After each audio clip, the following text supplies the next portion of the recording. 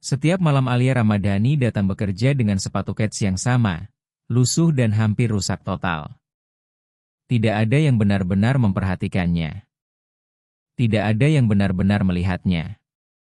Namun ada satu orang yang sebenarnya menyadarinya. Seorang miliarder bernama Bima Prasetyo.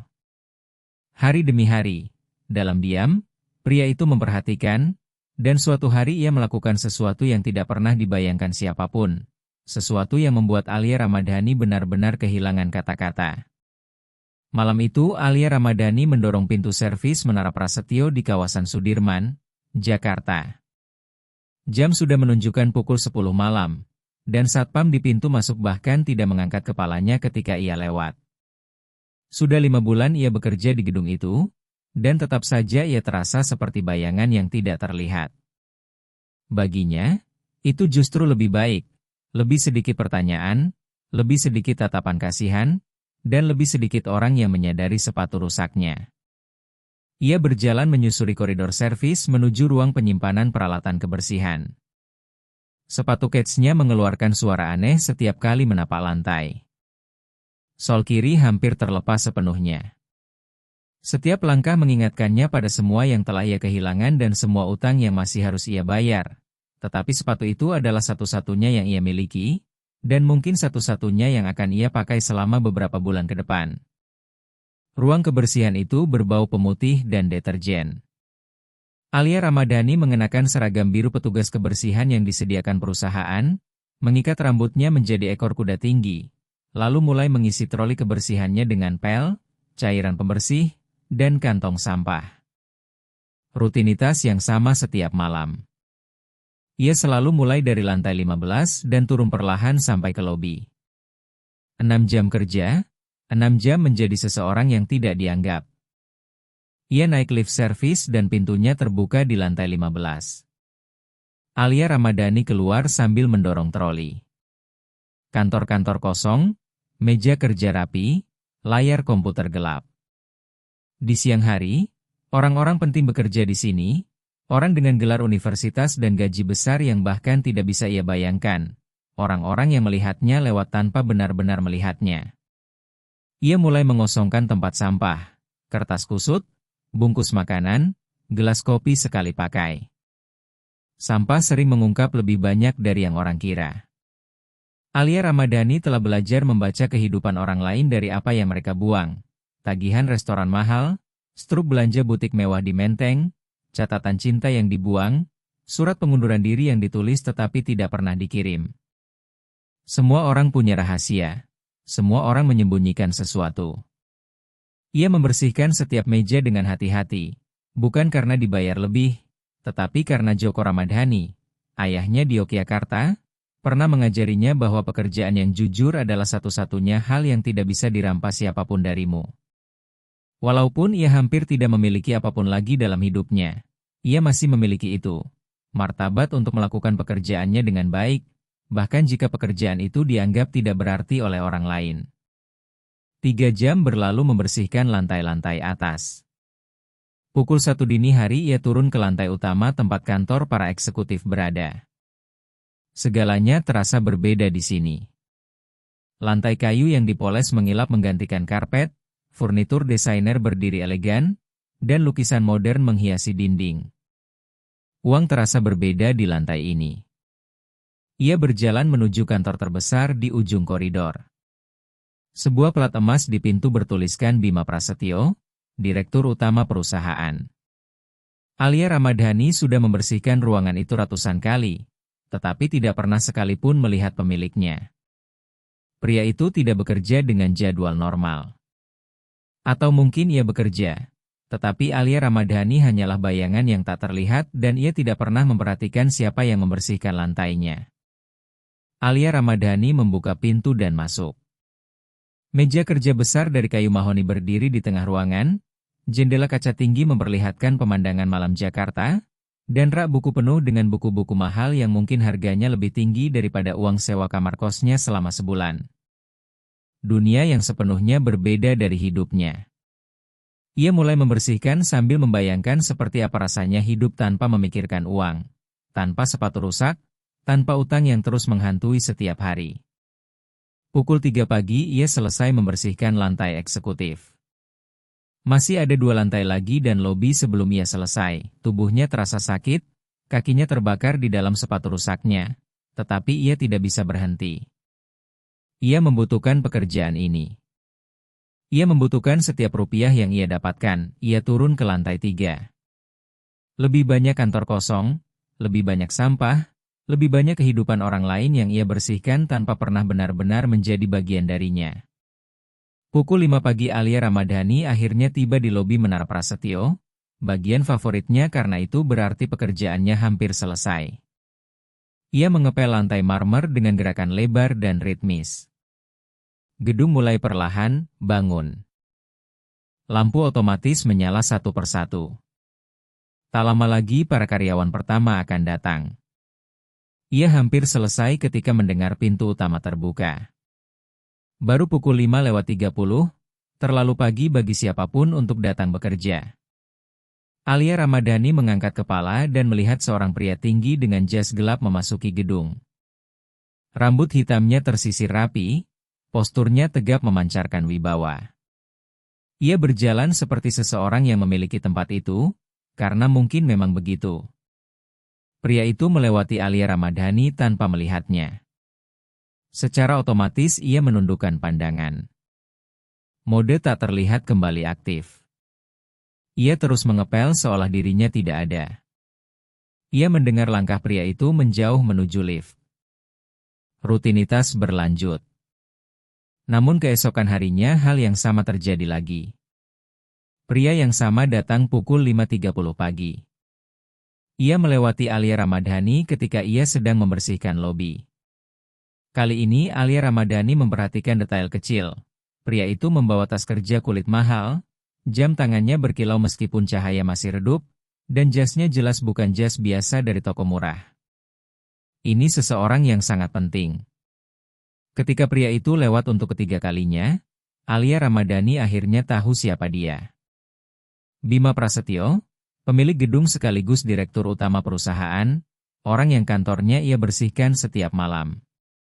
Ia selalu datang pada jam yang sama ketika gedung masih kosong, ketika hanya Alia Ramadhani yang menyelesaikan shift kerjanya, dan selama ini ia tidak pernah sekalipun benar-benar melihatnya. Minggu demi minggu berlalu dan rutinitas itu menjadi kebiasaan. Alia Ramadhani membersihkan gedung, Bima Prasetyo datang lebih awal. Mereka berpapasan di lobi. Ia berjalan lewat tanpa melihatnya. Alia Ramadhani berpura-pura tidak menyadari. Dua orang berada di tempat yang sama namun hidup di dua dunia yang sepenuhnya berbeda. Sampai suatu pagi sesuatu berubah. Alia Ramadhani sedang mengepel lantai lobi ketika Bima Prasetyo masuk seperti biasa. Tetapi kali ini ia sedikit tersandung saat melewati lantai yang masih basah. Ia berhenti, melihat ke bawah, dan untuk pertama kalinya dalam 2 bulan mata mereka bertemu. "Maaf," kata Bima Prasetyo dengan nada otomatis. Ia sebenarnya tidak benar-benar melihat Alia Ramadhani, ia hanya melihat lantai yang basah. "Tidak apa-apa, Pak," jawab Alia Ramadhani sambil menundukkan kepala.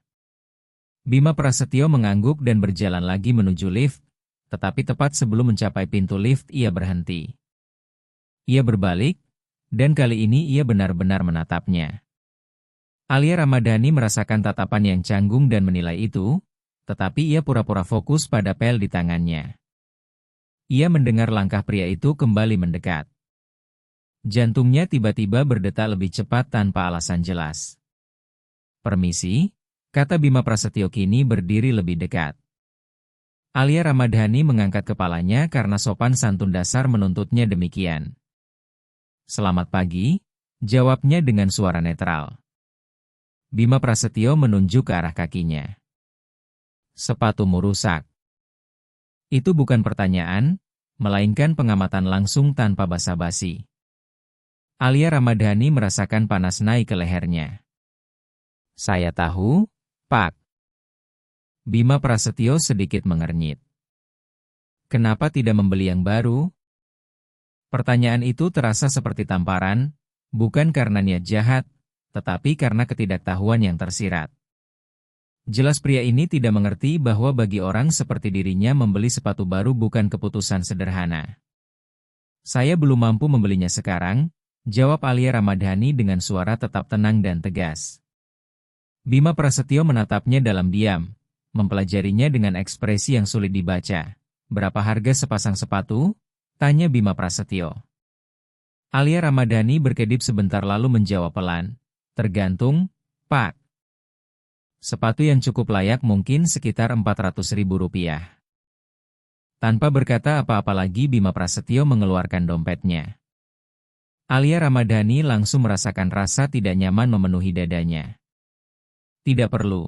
Pak, tolong, katanya cepat, tetapi Bima Prasetyo sudah mengeluarkan uang dan menyodorkan Rp800.000 kepadanya. Ambil ini, beli sepatu baru. Kamu tidak bisa bekerja dengan sepatu seperti itu. Alia Ramadhani menatap uang itu. Rp800.000 yang sangat ia butuhkan, Rp800.000 yang bisa menyelesaikan masalahnya sekarang juga. Namun Rp800.000 itu juga seolah menegaskan apa yang mungkin pria ini lihat dalam dirinya. Seorang petugas kebersihan miskin yang membutuhkan belas kasihan. Alia Ramadhani menarik napas dalam-dalam lalu berkata dengan tenang namun tegas. Tidak, terima kasih, Pak. Alis Bima Prasetyo terangkat kaget.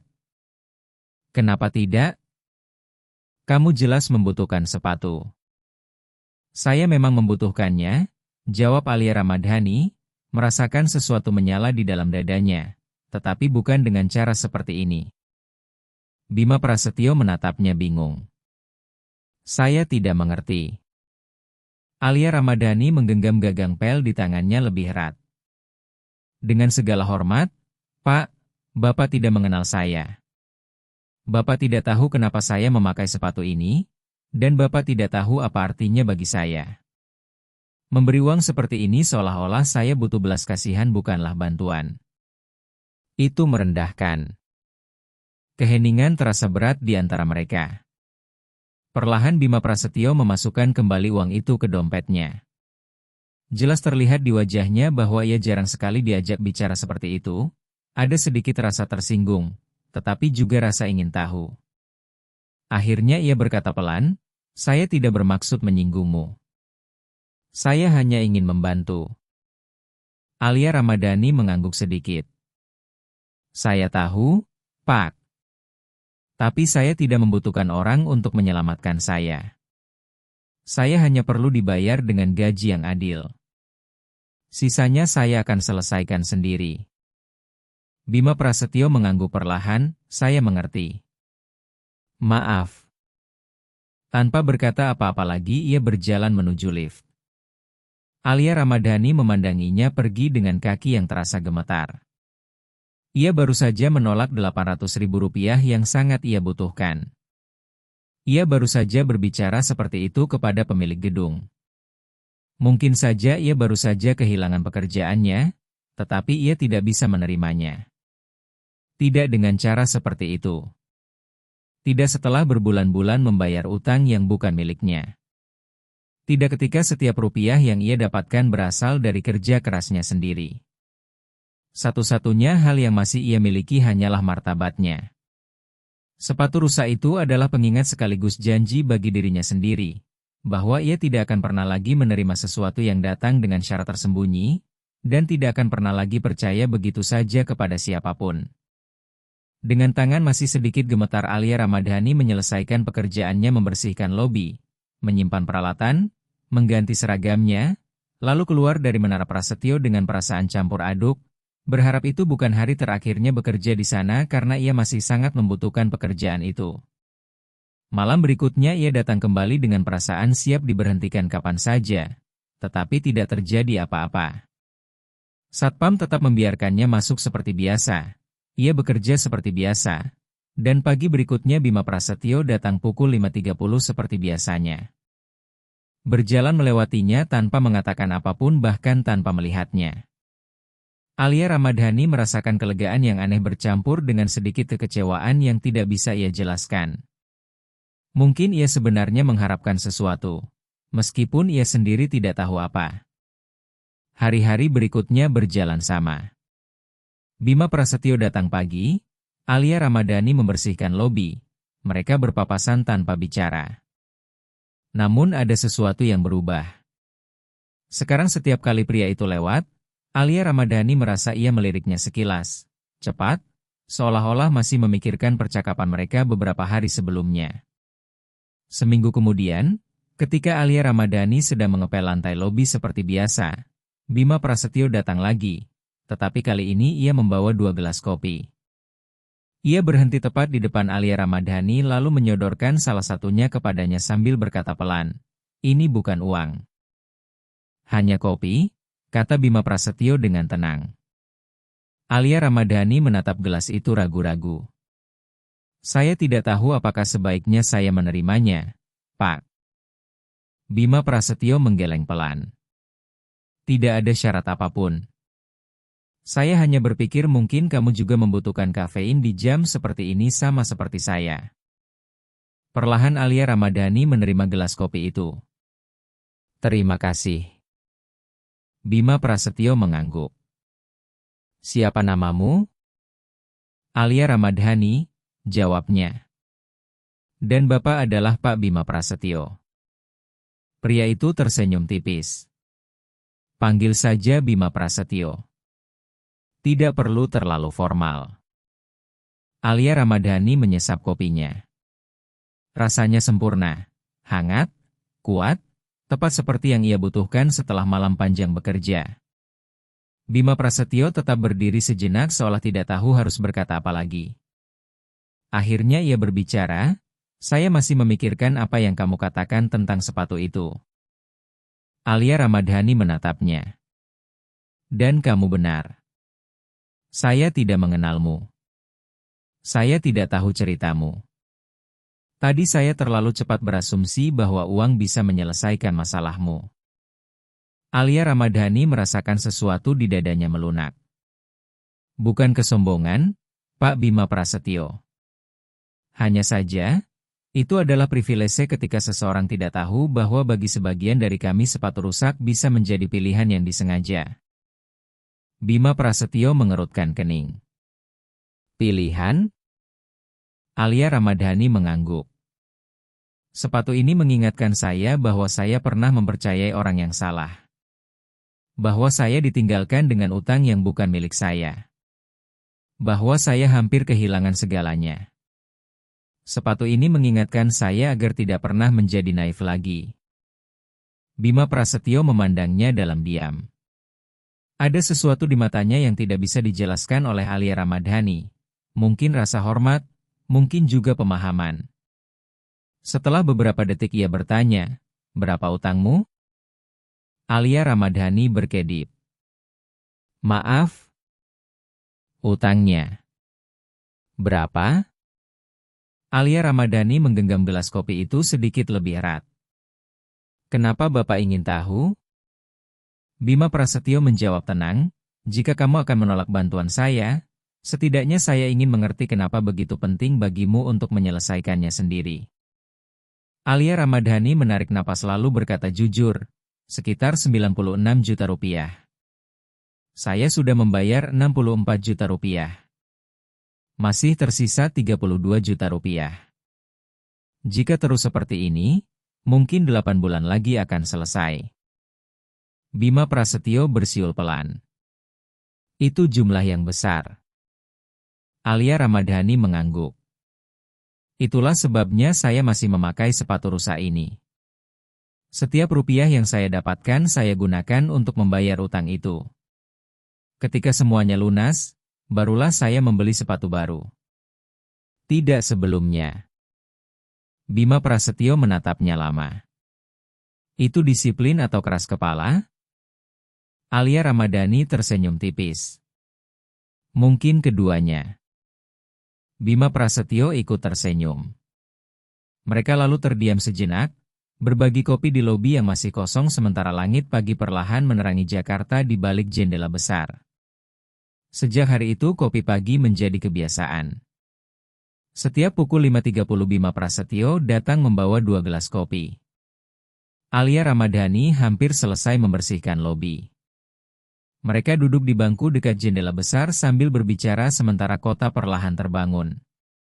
15 menit, kadang 20, tidak pernah lebih dari setengah jam karena Bima Prasetyo harus menghadiri rapat dan Alia Ramadhani harus menyelesaikan shift kerjanya. Namun dalam menit-menit singkat itu sesuatu yang aneh terjadi. Bima Prasetyo tidak lagi terasa seperti CEO miliarder, dan Alia Ramadhani tidak lagi terasa seperti wanita tak terlihat yang membersihkan lantai. Mereka hanya dua orang yang minum kopi dan berbicara tentang hal-hal sederhana. Cuaca pagi, berita kota, cerita kecil yang tidak terlalu penting. Suatu pagi Bima Prasetyo bertanya dari mana asal Alia Ramadhani. Ia bercerita tentang masa kecilnya di Yogyakarta, tentang Joko Ramadhani ayahnya yang bekerja sepanjang hidup sebagai montir, tentang Sri Lestari ibunya yang berjualan gudeg dan jajanan pasar di pasar tradisional, dan tentang bagaimana ia datang ke Jakarta dengan harapan menemukan kesempatan yang lebih baik tetapi justru menemukan banyak kekecewaan. Bima Prasetyo mendengarkan dengan perhatian yang tampak tulus. Ia tidak pernah memotong pembicaraan, tidak pernah mencoba menawarkan solusi. Ia hanya mendengarkan. Dan bagi Alia Ramadhani, itu terasa aneh. Karena biasanya orang-orang kaya selalu ingin memperbaiki masalah orang lain seolah semua kehidupan hanyalah teka-teki sederhana yang bisa diselesaikan dengan uang. Suatu pagi yang lain Bima Prasetyo mulai bercerita tentang perusahaannya. Sebuah firma konsultasi bisnis yang membantu perusahaan-perusahaan besar meningkatkan efisiensi dan memperbaiki sistem kerja mereka. Alia Ramadhani tidak benar-benar memahami setengah dari istilah yang ia jelaskan, tetapi ia senang mendengarkan cara Bima Prasetyo berbicara. Ada semangat di sana, ada kebanggaan dalam pekerjaannya. Bagi Bima Prasetyo, pekerjaannya bukan sekadar soal uang, tetapi tentang membangun sesuatu yang berarti. Kalau kamu sendiri, tanya Bima Prasetyo suatu pagi. Apakah sejak awal kamu ingin bekerja sebagai petugas kebersihan? Pertanyaannya tidak terdengar merendahkan, justru terdengar tulus ingin tahu. Alia Ramadhani menggeleng pelan. Saya pernah kuliah akuntansi selama 2 tahun. Saya berhenti ketika bertemu seseorang yang meyakinkan saya bahwa cinta lebih penting daripada gelar pendidikan. Ia berhenti sejenak sebelum melanjutkan dengan senyum pahit. Ternyata saya salah. Bima Prasetyo terdiam beberapa detik sebelum berkata pelan, orang yang meninggalkanmu dengan utang itu? Alia Ramadhani mengangguk. Dia mengambil pinjaman atas nama saya. Ketika penagih utang mulai datang, dia menghilang. Nomor teleponnya tidak aktif lagi. Mungkin dia pindah kota. Dan saya yang harus menanggung utang 96 juta rupiah yang bahkan tidak pernah saya gunakan. Bima Prasetyo langsung berkata serius, itu penipuan. Kamu bisa melaporkannya. Alia Ramadhani tertawa kecil tanpa humor. Dengan uang apa, Pak Bima Prasetyo? Pengacara mahal, proses hukum lama, dan sementara itu bunga utang terus bertambah. Lebih mudah bagi saya untuk membayarnya dan melanjutkan hidup. Bima Prasetyo mengerutkan kening, tetapi tidak memaksa. Minggu demi minggu berlalu dan percakapan mereka menjadi semakin dalam. Bima Prasetyo akhirnya bercerita tentang perceraian yang ia alami 2 tahun lalu. Pernikahan yang singkat, tanpa anak. Mantan istrinya mendapatkan rumah mewah di Menteng, sementara Bima Prasetyo mempertahankan perusahaan dan rasa gagal yang bahkan uang tidak bisa hilangkan. Itulah sebabnya ia selalu datang sangat pagi ke kantor. Rumah yang kosong terasa lebih menyakitkan daripada kantor yang kosong. Saat itulah Alia Ramadhani mulai memahami sesuatu. Mereka berdua sebenarnya sama-sama kesepian dengan cara yang berbeda. Bima Prasetyo tinggal di penthouse mewah di pusat Jakarta, sedangkan Alia Ramadhani tinggal di kamar kos kecil dengan kamar mandi bersama. Tetapi kesepian tetaplah kesepian. Rasa hampa tidak peduli pada perbedaan kelas sosial. Sekitar 1 bulan setelah kopi pertama mereka, Bima Prasetyo melakukan sesuatu yang tidak terduga. Ia bertanya apakah Alia Ramadhani bersedia minum kopi di kafe sungguhan, bukan di lobi gedung pada pukul 6 pagi. Kopi di tempat yang normal, pada jam yang normal. Alia Ramadhani ragu. Itu terdengar terlalu mirip dengan kencan, dan ia belum siap untuk itu, terutama dengan seseorang seperti Bima Prasetyo, dengan perbedaan dunia mereka yang begitu jelas. Saya tidak ingin membuat semuanya jadi membingungkan, katanya jujur. Bima Prasetyo mengangguk. Bukan kencan. Hanya kopi. Sebagai teman, Alia Ramadhani menatapnya. Bapak punya teman, Pak Bima Prasetyo? Bima Prasetyo tersenyum dengan sedikit kesedihan. Dulu ada. Setelah perceraian saya sadar kebanyakan dari mereka sebenarnya lebih dekat dengan mantan istri saya daripada dengan saya. Pengakuan kesepian itu menyentuh sesuatu di hati Alia Ramadhani. Ia akhirnya mengangguk. Baiklah. Kopi sebagai teman. Bima Prasetyo langsung mengeluarkan ponselnya. Kapan hari liburmu? Alia Ramadhani berkedip bingung. Saya tidak punya hari libur. Saya bekerja di sini setiap malam. Pagi hari saya membersihkan 2 rumah. Akhir pekan saya mencuci pakaian orang lain. Saya membutuhkan setiap rupiah untuk membayar utang. Bima Prasetyo menatapnya dengan ekspresi yang tidak bisa dibaca oleh Alia Ramadhani. Lalu kapan kamu tidur? Alia Ramadhani mengangkat bahu. 4 jam. 5 jam kalau saya beruntung. Itu sudah cukup. Bima Prasetyo perlahan menurunkan ponselnya. Itu bukan hidup. Itu bertahan hidup.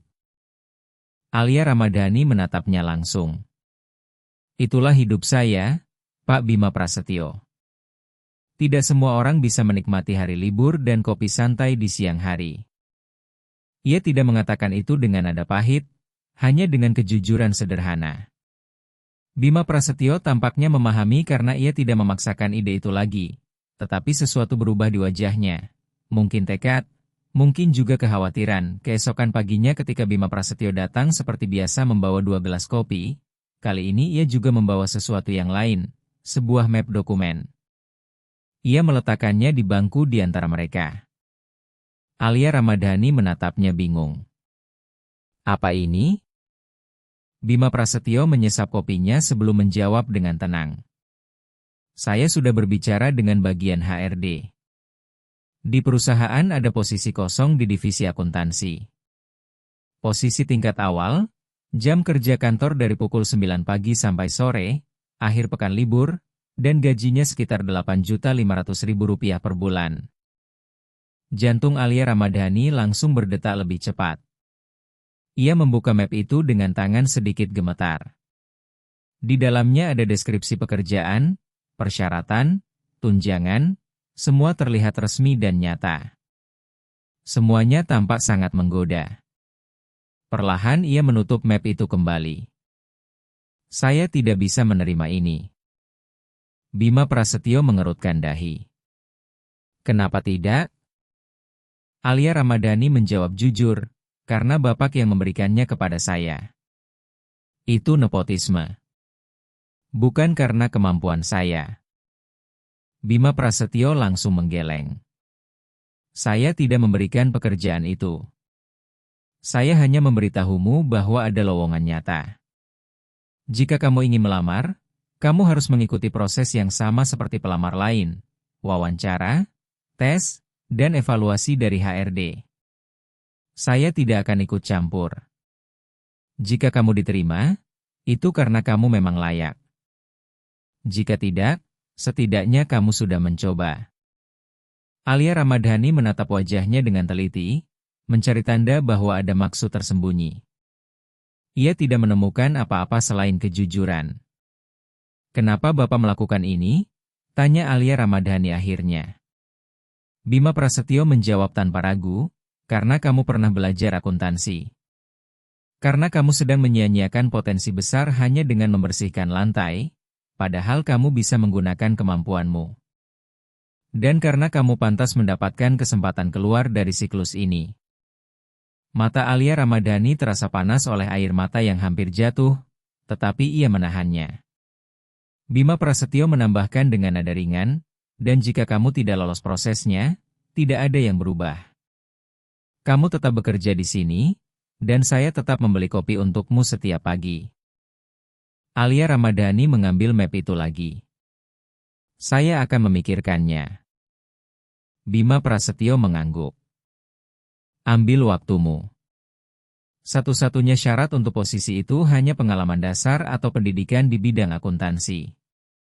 Kamu memenuhi syarat. Malam itu, Alia Ramadhani hampir tidak bisa fokus bekerja. Ia membaca deskripsi pekerjaan itu berulang kali. Akuntan junior, menangani hutang usaha, rekonsiliasi bank, laporan bulanan, semua yang pernah ia pelajari, semua yang ia tinggalkan demi seseorang yang ternyata tidak layak diperjuangkan. 3 hari ia berpikir, menimbang pilihan, mempertimbangkan kemungkinan. Akhirnya ia menyadari ia tidak punya apapun untuk kehilangan. Ia mengirim lamaran melalui email ke Departemen HRD. Ia tidak menyebut nama Bima Prasetyo sama sekali. Ia tidak menggunakan pria itu sebagai referensi. Ia melamar seperti pelamar biasa dari luar perusahaan. Seminggu kemudian ia menerima telepon. Wawancara pertama dijadwalkan pada hari Kamis. Alia Ramadhani merasakan campuran rasa takut dan harapan. Ia meminta izin kepada supervisor kebersihan agar boleh datang sedikit terlambat hari itu, dengan alasan ada janji dokter. Ia belum siap mengatakan kebenaran. Pada hari Kamis ia datang ke Menara Prasetyo pukul 2 siang melalui pintu utama, bukan pintu servis seperti biasanya. Rasanya aneh berjalan di jalur yang biasanya dilewati karyawan kantor. Satpam meminta kartu identitasnya, memeriksa datanya di sistem, lalu memberinya kartu tamu dan mengatakan bahwa wawancaranya ada di lantai 8, di Departemen HRD. Alia Ramadhani naik lift utama, bukan lift service yang selalu ia gunakan setiap malam. Dari perspektif ini, gedung itu terlihat berbeda. Gedung yang selama ini ia bersihkan tampak jauh lebih megah ketika ia masuk sebagai orang yang benar-benar diakui, bukan sekadar bayangan tak terlihat. Lantai 8 dipenuhi deretan kubikel, meja kerja, dan orang-orang yang sibuk bekerja. Seorang wanita sekitar 40 tahun menyambutnya dengan ramah. Selamat datang, Alia Ramadhani. Saya Ratih Permatasari, Direktur HRD. Silakan duduk. Wawancara itu berlangsung hampir 1 jam penuh dengan berbagai pertanyaan tentang pengalaman, pendidikan, dan berbagai situasi kerja hipotetis. Alia Ramadhani menjawab setiap pertanyaan sebaik yang ia bisa. Jujur, langsung, tanpa berusaha memperindah kenyataan. Ia menjelaskan bahwa ia pernah kuliah tetapi tidak menyelesaikannya. Ia juga mengatakan bahwa selama beberapa bulan terakhir ia bekerja sebagai petugas kebersihan di Menara Prasetyo. Ia tidak menyembunyikan apapun. Ratih Permatasari mendengarkan sambil mencatat dengan teliti. Pada akhirnya wanita itu menutup map di depannya lalu berkata dengan nada profesional, "Kamu memiliki 2 tahun pendidikan akuntansi, tetapi tidak selesai. Itu memang sebuah kekurangan. Namun pengetahuan teorimu cukup kuat dan jawabanmu tadi benar. Kami perlu melakukan tes praktik." Alia Ramadhani langsung menegakkan tubuhnya. Tes praktik? Ratih Permatasari mengangguk. Besok pukul 10 pagi. Apakah kamu tersedia? Hati Alia Ramadhani langsung dipenuhi harapan. Ya, Bu. Saya akan datang. Ratih Permatasari tersenyum kecil. Baik. Detailnya akan kami kirim melalui email. Ketika keluar dari ruangan itu, Alia Ramadhani merasakan sesuatu yang sudah lama tidak ia rasakan, kemungkinan. Malam itu ketika Bima Prasetyo datang membawa 2 gelas kopi seperti biasa, Alia Ramadhani langsung bercerita, "Saya sudah menjalani wawancara. Besok ada tes praktik." Bima Prasetyo tersenyum. Bagaimana rasanya? Alia Ramadhani mengangkat bahu. Saya pikir berjalan baik, tapi saya tetap gugup. Bima Prasetyo menjawab tenang, itu normal. Alia Ramadhani menatapnya. Bapak sudah tahu mereka akan menelepon saya. Bima Prasetyo langsung menggeleng. Tidak. Saya sudah bilang bahwa saya tidak akan ikut campur. Jika mereka menghubungimu, itu karena lamaranmu lolos seleksi awal. Sisanya sepenuhnya bergantung padamu. Alia Ramadhani ingin mempercayainya, dan sebagian dari dirinya memang mempercayainya.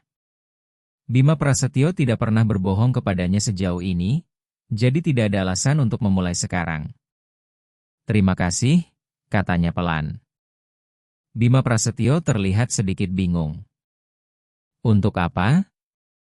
Alia Ramadhani menjawab dengan jujur, untuk informasi ini, untuk dorongan yang Bapak berikan, dan karena Bapak percaya saya bisa menjadi lebih dari sekadar wanita yang membersihkan lantai. Wajah Bima Prasetyo menjadi serius. Kamu selalu lebih dari itu, Alia Ramadhani. Kamu hanya perlu mengingatnya. Keesokan harinya Alia Ramadhani datang tepat waktu untuk mengikuti tes. Ia diberi komputer dengan program spreadsheet, beberapa kasus praktik, rekonsiliasi bank, perhitungan, dan pembuatan laporan. Ia bekerja selama 3 jam penuh dengan fokus tinggi, menggunakan semua yang pernah ia pelajari bertahun-tahun lalu, hal-hal yang sempat ia pikir sudah ia lupakan. Ketika selesai, Ratih Permatasari memeriksa hasil pekerjaannya. 20 menit terasa seperti selamanya. Akhirnya wanita itu mengangkat kepalanya. Tingkat akurasimu 92%. Itu sangat bagus. Kaki Alia Ramadhani hampir terasa lemas. Benarkah? Ratih Permatasari mengangguk. Kami masih perlu memeriksa referensi dan latar belakangmu. Tetapi jika semuanya bersih, posisi ini akan menjadi milikmu. Kamu akan mulai bekerja tanggal 1 bulan depan. 2 minggu lagi. Alia Ramadhani keluar dari Menara Prasetyo seolah berjalan di atas awan. Ia hampir tidak percaya. Ia berhasil. Ia mendapatkan pekerjaan itu karena kemampuannya sendiri, bukan karena belas kasihan, bukan karena bantuan siapapun. Malam itu ia bekerja membersihkan gedung dengan semangat baru, mengetahui bahwa 2 minggu lagi semuanya akan berubah, bahwa 2 minggu lagi ia akan masuk melalui pintu utama sebagai karyawan kantor. Ketika Bima Prasetyo datang keesokan paginya, Alia Ramadhani langsung berkata, "Saya lulus. 2 minggu lagi saya mulai bekerja." Senyum Bima Prasetyo benar-benar tulus. Selamat. Kamu memang pantas mendapatkannya. Mata Alia Ramadhani berkaca-kaca oleh kebahagiaan. Terima kasih untuk semuanya. Bima Prasetyo menggeleng. Saya tidak melakukan apa-apa. Kamu sendiri yang melakukan semuanya. Mereka duduk dalam diam sambil minum kopi. Namun keheningan kali ini terasa berbeda, lebih hangat, penuh harapan. Akhirnya Bima Prasetyo berkata, ketika kamu mulai bekerja nanti, kita harus berhenti minum kopi seperti ini setiap pagi. Itu tidak akan terlihat profesional karena secara teknis saya adalah atasanmu. Alia Ramadhani merasakan sedikit kekecewaan, tetapi ia mengangguk. Benar. Bima Prasetyo lalu menatapnya dan menambahkan dengan nada lebih lembut, namun mungkin kita masih bisa minum kopi yang sebenarnya. Di luar gedung ini, di luar jam kerja, sebagai teman. Senyum Alia Ramadhani perlahan muncul kembali. Saya juga mau, jawab Alia Ramadhani pelan. Bima Prasetyo tersenyum, dan untuk pertama kalinya dalam bertahun-tahun Alia Ramadhani merasa bahwa mungkin, hanya mungkin, hidupnya bisa menjadi sesuatu yang lebih dari sekadar bertahan hidup. Mungkin ia bisa benar-benar hidup. Mungkin ia bisa percaya lagi. Mungkin sepatu rusa itu suatu hari nanti hanya akan tersimpan di lemari sebagai pengingat tentang apa yang telah ia lewati, bukan sebagai rantai yang mendefinisikan dirinya. 2 minggu lagi. Hanya 2 minggu. Dan semuanya akan berubah. 2 minggu itu berlalu dalam campuran gugup dan persiapan. Alia Ramadhani membeli 2 blus baru di pasar tradisional di Jakarta. Tidak mewah, tetapi cukup rapi untuk dipakai bekerja. Setelah disetrika dengan hati-hati, keduanya terlihat hampir profesional. Ia juga membeli celana kerja hitam yang cukup pas di tubuhnya, meskipun bagian ujungnya sedikit terurai. Suatu malam setelah selesai bekerja, ia memperbaikinya sendiri dengan jarum dan benang. Sepatunya masih yang sama, sepatu kets tua yang rusak. Namun kini hanya tersisa 6 minggu lagi sebelum seluruh utangnya lunas. 6 minggu. Setelah itu ia bisa membeli sepatu baru. Ia bisa menunggu. Ia sudah menunggu begitu lama sehingga 6 minggu lagi terasa tidak berarti. Malam terakhirnya membersihkan Menara Prasetyo terasa aneh. Alia Ramadhani mengepel lantai yang sama yang telah ia bersihkan selama berbulan-bulan sambil merasakan nostalgia yang tidak terduga. Pekerjaan ini telah menyelamatkannya ketika ia tidak memiliki apa-apa. Pekerjaan ini memberinya martabat ketika orang lain hanya melihat kegagalan.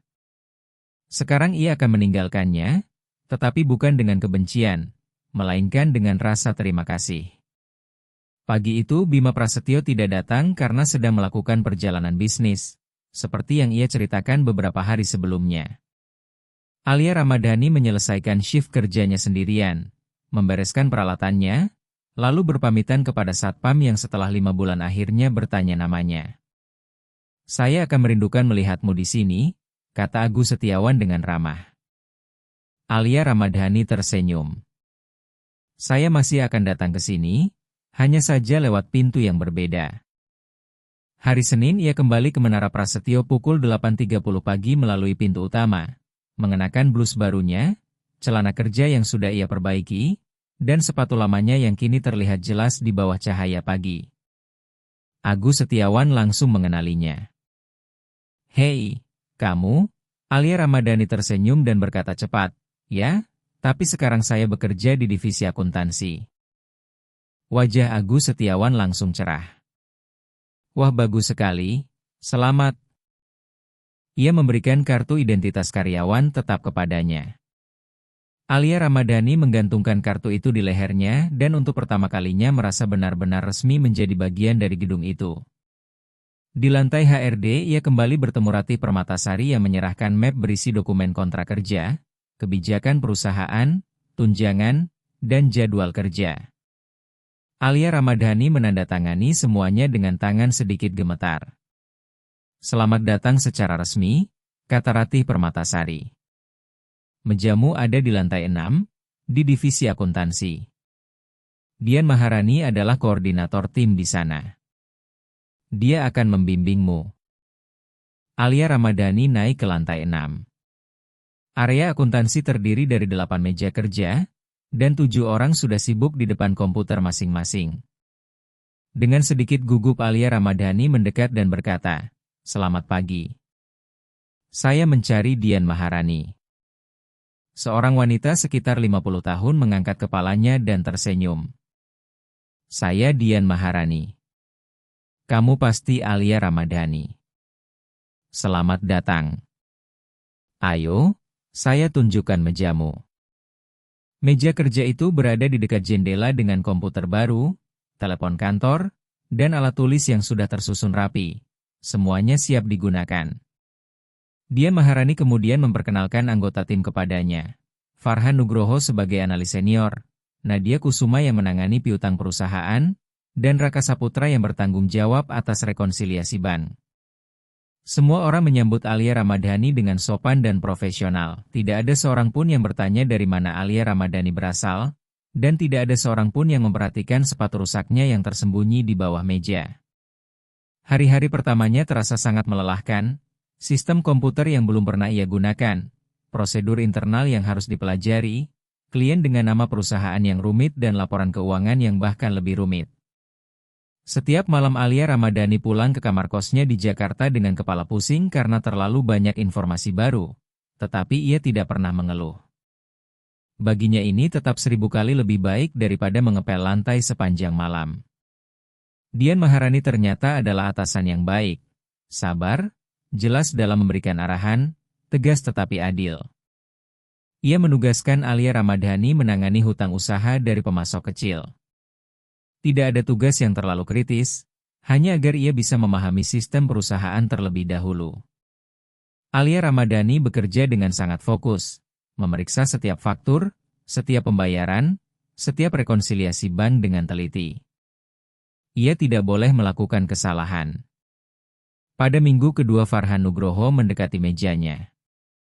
Aku butuh bantuan dengan rekonsiliasi ini. Angkanya tidak cocok. Alia Ramadhani melihat layar komputer sebentar dan dalam 5 menit ia menemukan masalahnya. Ini dia. Pembayaran ini tercatat 2 kali. Farhan Nugroho memeriksa ulang dan mengangguk kagum. Benar juga. Terima kasih. Bagaimana kamu bisa melihatnya begitu cepat? Alia Ramadhani hanya mengangkat bahu. Saya tidak tahu. Saya hanya terbiasa melihat pola angka. Percakapan itu didengar oleh Nadia Kusuma yang kemudian mendekat. Kamu benar-benar hanya kuliah 2 tahun? Alia Ramadhani mengangguk. Saya harus berhenti kuliah. Nadia Kusuma memandangnya dengan rasa hormat.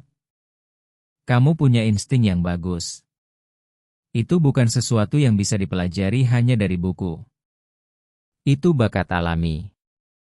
Minggu demi minggu berlalu dan Alia Ramadhani semakin menyesuaikan diri. Tim akuntansi mulai menerima kehadirannya tanpa keraguan. Dia Maharani mulai memberinya tanggung jawab yang lebih besar, akun yang lebih penting dan laporan yang lebih kompleks. Alia Ramadhani menangani semuanya dengan efisiensi yang bahkan mengejutkan dirinya sendiri. Ternyata ia memang pandai dalam pekerjaan ini, sangat pandai. Sekitar 1 bulan setelah mulai bekerja, Dian Maharani memanggilnya ke kantor. Duduklah, Alia Ramadhani. Saya ingin berbicara denganmu. Alia Ramadhani langsung merasa gugup. Apakah saya melakukan kesalahan? Dian Maharani menggeleng. Sebaliknya. Kamu melampaui ekspektasi. Laporanmu sangat rapi. Tingkat akurasimu mencapai 98%, lebih baik daripada beberapa staf yang sudah bekerja bertahun-tahun. Alia Ramadhani langsung merasa lega. Terima kasih, Bu. Saya memang berusaha sebaik mungkin. Dian Maharani mengangguk. Saya tahu itulah sebabnya saya ingin memberimu proyek khusus. Kami memiliki klien baru, sebuah perusahaan impor menengah yang membutuhkan restrukturisasi penuh atas sistem akuntansinya. Ini pekerjaan besar. Biasanya saya akan memberikannya kepada Farhan Nugroho, tetapi dia sedang sangat sibuk. Apakah kamu yakin bisa menanganinya? Alia Ramadhani merasakan tantangan itu seperti panggilan. Berapa lama waktunya? 6 minggu. Alia Ramadhani menghitung cepat dalam pikirannya. Saya bisa melakukannya. Dian Maharani tersenyum. Saya tahu kamu akan mengatakan itu. Alia Ramadhani keluar dari kantor itu dengan map penuh dokumen di tangannya, proyek terbesar yang pernah dipercayakan kepadanya dan kesempatan untuk membuktikan bahwa ia memang pantas berada di sana. Hari-hari berikutnya ia habiskan untuk menganalisis pembukuan perusahaan klien tersebut, dan ternyata semuanya berantakan, faktur yang tidak tercatat, pembayaran tanpa dokumentasi jelas, akun yang tercampur. Tidak ada sistem yang benar-benar teratur selama berbulan-bulan. Alia Ramadhani mulai bekerja lembur, datang lebih awal dan pulang lebih malam. Ia menyusun semuanya secara metodis, membuat sistem baru, bahkan melatih staf perusahaan klien melalui panggilan video. Dalam 5 minggu ia berhasil mengubah kekacauan itu menjadi sistem yang teratur. Ketika Dian Maharani meninjau hasil pekerjaannya, ia tersenyum puas. Ini luar biasa, Alia Ramadhani. Klien sangat terkesan. Klien itu bahkan meminta agar Alia Ramadhani terus menangani akun perusahaan mereka secara permanen. Alia Ramadhani merasakan kebanggaan yang tulus. Untuk pertama kalinya setelah bertahun-tahun ia merasa sedang membangun sesuatu. Bukan hanya bertahan hidup, bukan hanya membayar utang. Tetapi membangun karir, masa depan, dan kemungkinan baru. Namun selama semua waktu itu ia tidak pernah melihat Bima Prasetyo lagi. Tidak di koridor, tidak di lift, tidak juga di lobi. Seolah-olah pria itu kini yang menjadi tidak terlihat ketika Alia Ramadhani akhirnya terlihat. Ia mulai bertanya-tanya apakah Bima Prasetyo sengaja menghindarinya, apakah posisi barunya membuat situasi di antara mereka menjadi canggung. Sampai suatu Jumat sore telepon internal di mejanya berdering. Alia Ramadhani mengangkatnya. Divisi akuntansi, Alia Ramadhani berbicara. Suara pria di ujung telepon langsung ia kenali. Halo Alia Ramadhani, ini Bima Prasetyo. Saya perlu berbicara denganmu. Bisa naik ke kantor saya? Jantung Alia Ramadhani langsung berdegup lebih cepat. Tentu. Bima Prasetyo menambahkan, tidak ada yang buruk, hanya ingin berkonsultasi secara profesional. Alia Ramadhani naik ke lantai eksekutif dengan perasaan gugup yang berbeda dari sebelumnya. Terakhir kali ia berada di lantai itu, ia datang sebagai petugas kebersihan. Sekarang ia datang sebagai karyawan profesional. Asisten Bima Prasetyo menyambutnya di depan pintu. Silakan masuk. Bima Prasetyo sudah menunggu. Alia Ramadhani melangkah masuk ke kantor besar yang begitu ia kenal. Bima Prasetyo duduk di balik meja mahoni besar sambil memeriksa beberapa dokumen. Ia mengangkat kepala ketika Alia Ramadhani masuk dan langsung tersenyum. Terima kasih sudah datang, Alia Ramadhani. Silakan duduk. Alia Ramadhani duduk dengan tangan sedikit berkeringat. Ada yang bisa saya bantu, Pak Bima Prasetyo? Pria itu sedikit meringis. Panggil saja Bima Prasetyo ketika tidak ada orang lain. Alia Ramadhani mengangguk. Bima Prasetyo lalu mendorong sebuah map ke arahnya. Saya memiliki proyek besar, audit internal untuk seluruh sistem keuangan perusahaan. Saya membutuhkan seseorang yang sangat teliti, seseorang yang bisa melihat hal-hal yang sering dilewatkan orang lain. Dian Maharani merekomendasikanmu. Katanya kamu staf terbaik yang dia punya. Alia Ramadhani merasakan kehangatan di dadanya. Bu Dian Maharani mengatakan itu? Bima Prasetyo mengangguk. Secara langsung. Dia bilang dalam 1 bulan kamu melakukan pekerjaan yang biasanya memerlukan 6 bulan, dan tingkat akurasimu hampir sempurna. Alia Ramadhani tidak tahu harus berkata apa. Bima Prasetyo melanjutkan, proyek ini akan berlangsung 3 bulan penuh. Kamu akan melapor langsung kepada saya. Saya hanya perlu tahu apakah kamu tertarik. Alia Ramadhani membuka map itu.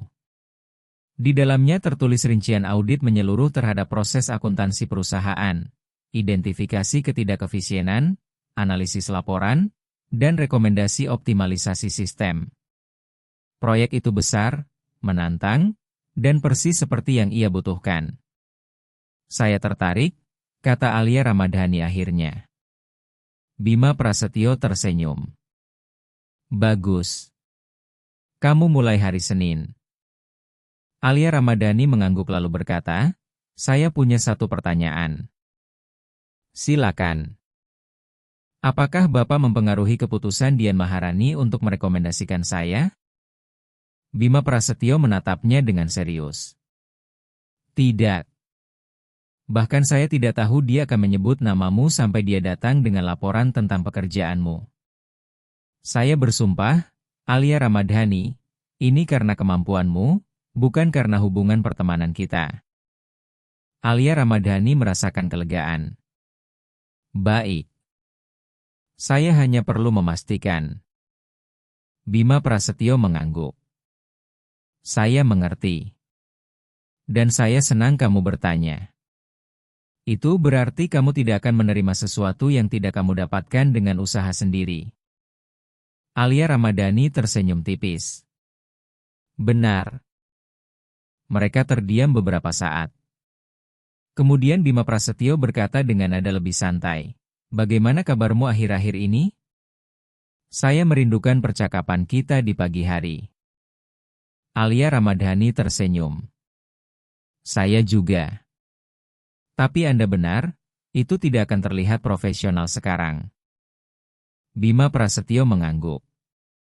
Saya tahu. Tapi kita masih bisa minum kopi di luar kantor jika kamu masih ingin. Alia Ramadhani mengangguk. Saya mau. Kapan? Tanya Bima Prasetyo. Besok. Bima Prasetyo berkedip heran. Besok itu hari Sabtu. Alia Ramadhani tersenyum. Saya tahu. Sekarang saya punya akhir pekan libur. Ingat? Jawab Alia Ramadhani sambil tersenyum. Bima Prasetyo tertawa kecil. Bagaimana mungkin saya lupa? Ia lalu berkata, baiklah. Besok ada kafe kecil di daerah Menteng yang saya suka. Saya kirimkan alamatnya. Alia Ramadhani berdiri dari kursinya. Saya akan datang. Ia keluar dari kantor itu dengan perasaan aneh di perutnya, seperti kupu-kupu beterbangan. Ini bukan lagi urusan pekerjaan. Ini sesuatu yang pribadi. Dan meskipun ia takut dengan hal-hal yang bersifat pribadi, ada bagian dari dirinya yang ingin mencoba. Hari Sabtu Alia Ramadhani tiba di kafe itu 15 menit lebih awal. Tempatnya kecil dan hangat, dengan meja kayu sederhana dan aroma roti segar yang baru dipanggang. Bima Prasetyo datang 5 menit kemudian mengenakan jeans dan kemeja kasual tanpa jas atau dasi. Ia terlihat berbeda, lebih santai, lebih mudah didekati. Mereka duduk di dekat jendela dan memesan kopi serta roti manis. Percakapan mengalir dengan alami, tanpa ketegangan antara atasan dan bawahan, hanya dua orang yang saling mengenal lebih dekat. Bima Prasetyo bercerita tentang keluarganya, orang tuanya yang sudah pensiun dan tinggal di Yogyakarta, tentang kakak perempuannya Maya Prasetyo yang sudah menikah dan memiliki 3 anak, serta para keponakan yang sangat ia sayangi meskipun jarang ia temui karena kesibukan kerja. Alia Ramadhani juga bercerita tentang ibunya Sri Lestari yang masih tinggal di Yogyakarta, tentang bagaimana ia mengirim uang setiap bulan untuk membantu ibunya, dan tentang rencananya untuk mengunjunginya segera setelah keuangannya membaik. Mereka berbicara hampir 2 jam, tertawa, berbagi cerita kecil, dan menemukan banyak kesamaan. Mereka sama-sama lebih menyukai film lama daripada film baru. Mereka sama-sama tidak suka musik dangdut koplo, tetapi tetap mendengarnya karena sering diputar di mana-mana. Mereka juga sama-sama menyukai makanan sederhana seperti nasi goreng kaki 5, hal-hal kecil yang entah bagaimana membuat mereka merasa dekat. Ketika mereka keluar dari kafe, Bima Prasetyo bertanya, bolehkah kita melakukan ini lagi? Alia Ramadhani mengangguk. Saya ingin. Bima Prasetyo tersenyum lebar. Bagus. Karena saya sangat menikmatinya. Saya juga, jawab Alia Ramadhani jujur. Bima Prasetyo ragu sejenak lalu berkata, bolehkah saya bertanya sesuatu? Silakan. Sepatu itu, kamu masih memakainya. Alia Ramadhani menunduk melihat kakinya.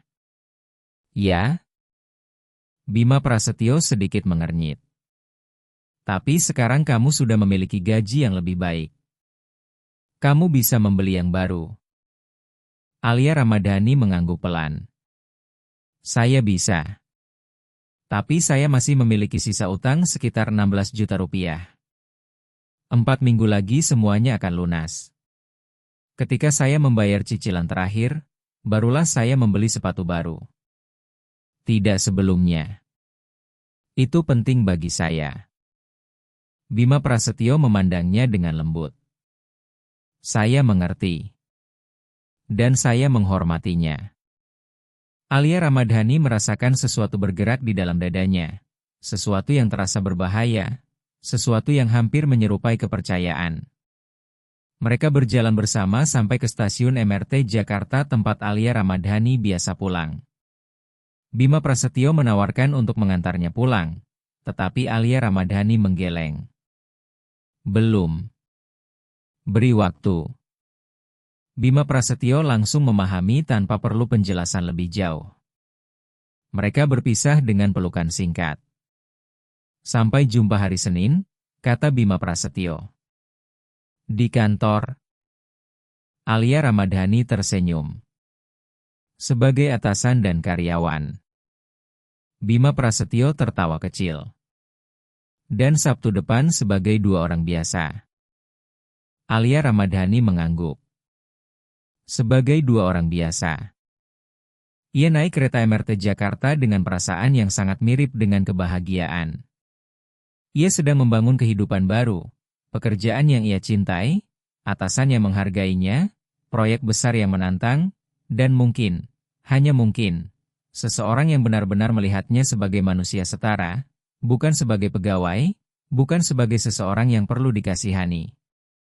Masih ada 4 minggu lagi sebelum utangnya lunas. 4 minggu untuk menutup bab lama dalam hidupnya. Setelah itu ia bisa memulai bab baru, dengan sepatu baru, masa depan yang terbuka, dan mungkin keberanian untuk percaya lagi. Jika ia berani, jika ketakutan tidak menang, jika Bima Prasetyo benar-benar berbeda dari orang yang pernah menyakitinya dulu. Hanya waktu yang akan menjawabnya.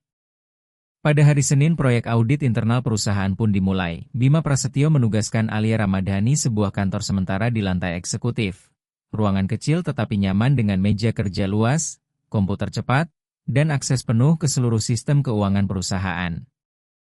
Selama minggu pertama Alia Ramadhani hanya memeriksa dokumen, kontrak, faktur, laporan keuangan 3 tahun terakhir, ribuan halaman informasi yang harus dianalisis dengan teliti. Ia bekerja dari pukul 8 pagi hingga 7 malam, kadang bahkan lebih lama.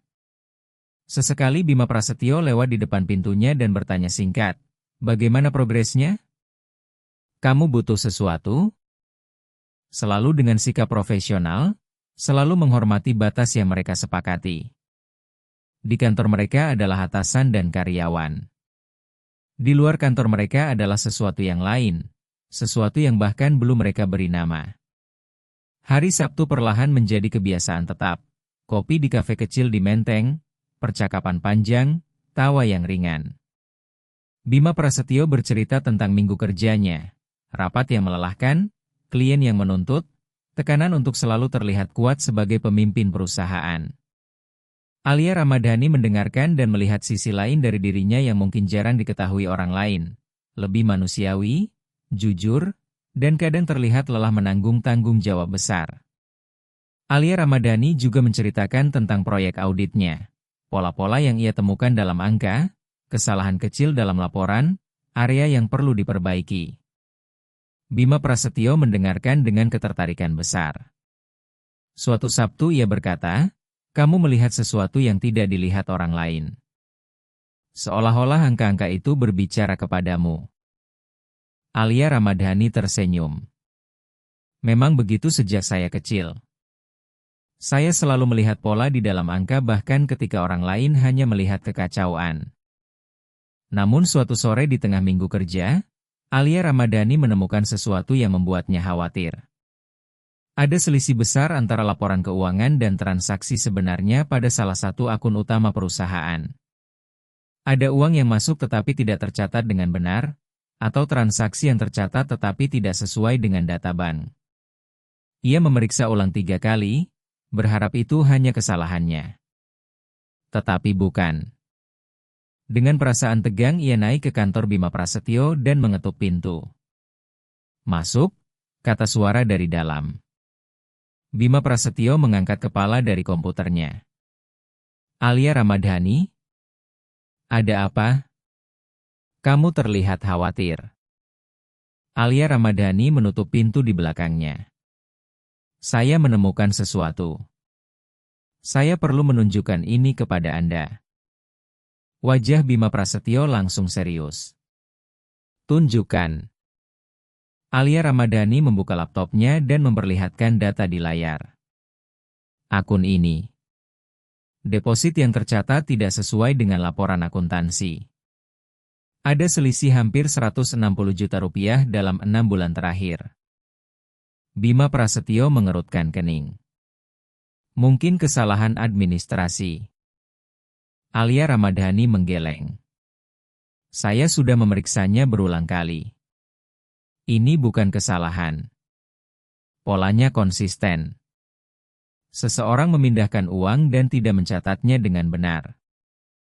Bima Prasetyo mempelajari angka-angka itu dengan wajah semakin serius.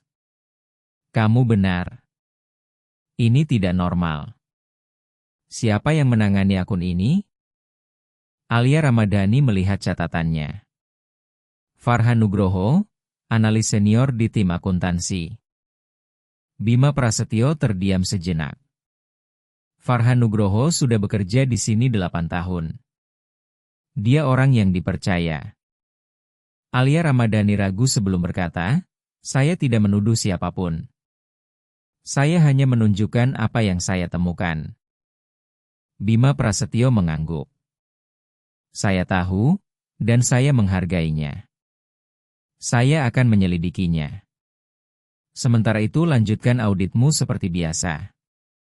Jangan menyebutkan hal ini kepada siapapun. Alia Ramadhani mengangguk. Baik. Ia keluar dari kantor dengan perasaan tidak nyaman.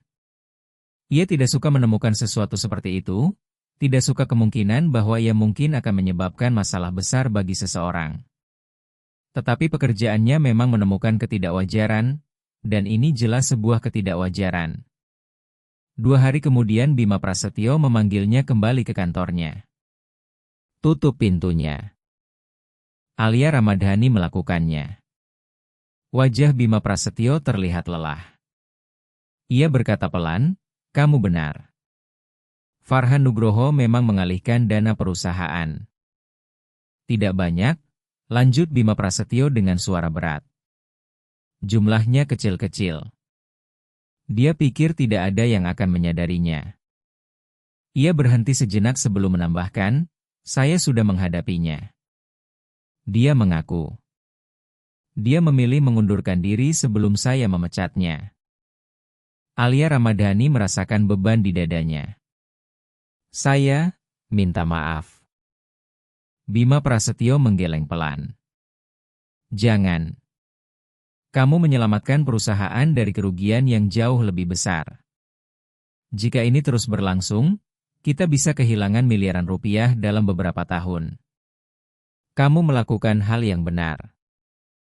Alia Ramadhani mengangguk, tetapi perasaannya tidak menjadi lebih ringan. Farhan Nugroho memiliki keluarga, anak-anak, dan sekarang ia kehilangan pekerjaannya. Bima Prasetyo seolah bisa membaca pikirannya. Dia yang membuat keputusan itu. Bukan kamu. Kamu hanya melakukan pekerjaanmu dengan jujur, dan itulah yang saya minta darimu. Keesokan harinya seluruh tim akuntansi mengetahui bahwa Farhan Nugroho sudah tidak bekerja lagi di perusahaan. Rumor langsung menyebar. Seseorang menyebut bahwa karyawan baru yang menemukan masalahnya. Nadia Kusuma mendekati meja Alia Ramadhani. Benarkah kamu yang menemukannya? Alia Ramadhani tidak tahu harus menjawab apa. Saya hanya menjalankan audit. Nadia Kusuma memandangnya lama dengan ekspresi yang sulit dibaca. Farhan Nugroho adalah teman saya, tapi kalau dia benar-benar mencuri, maka kamu melakukan hal yang benar. Namun tidak semua orang berpikir seperti itu. Raka Saputra berhenti berbicara dengannya sama sekali. Dian Maharani memanggil Alia Ramadhani ke ruangannya.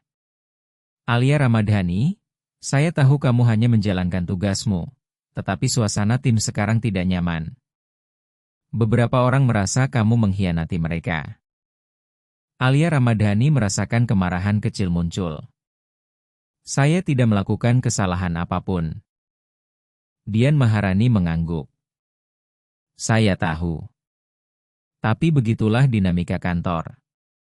Beri mereka waktu. Nanti akan mereda.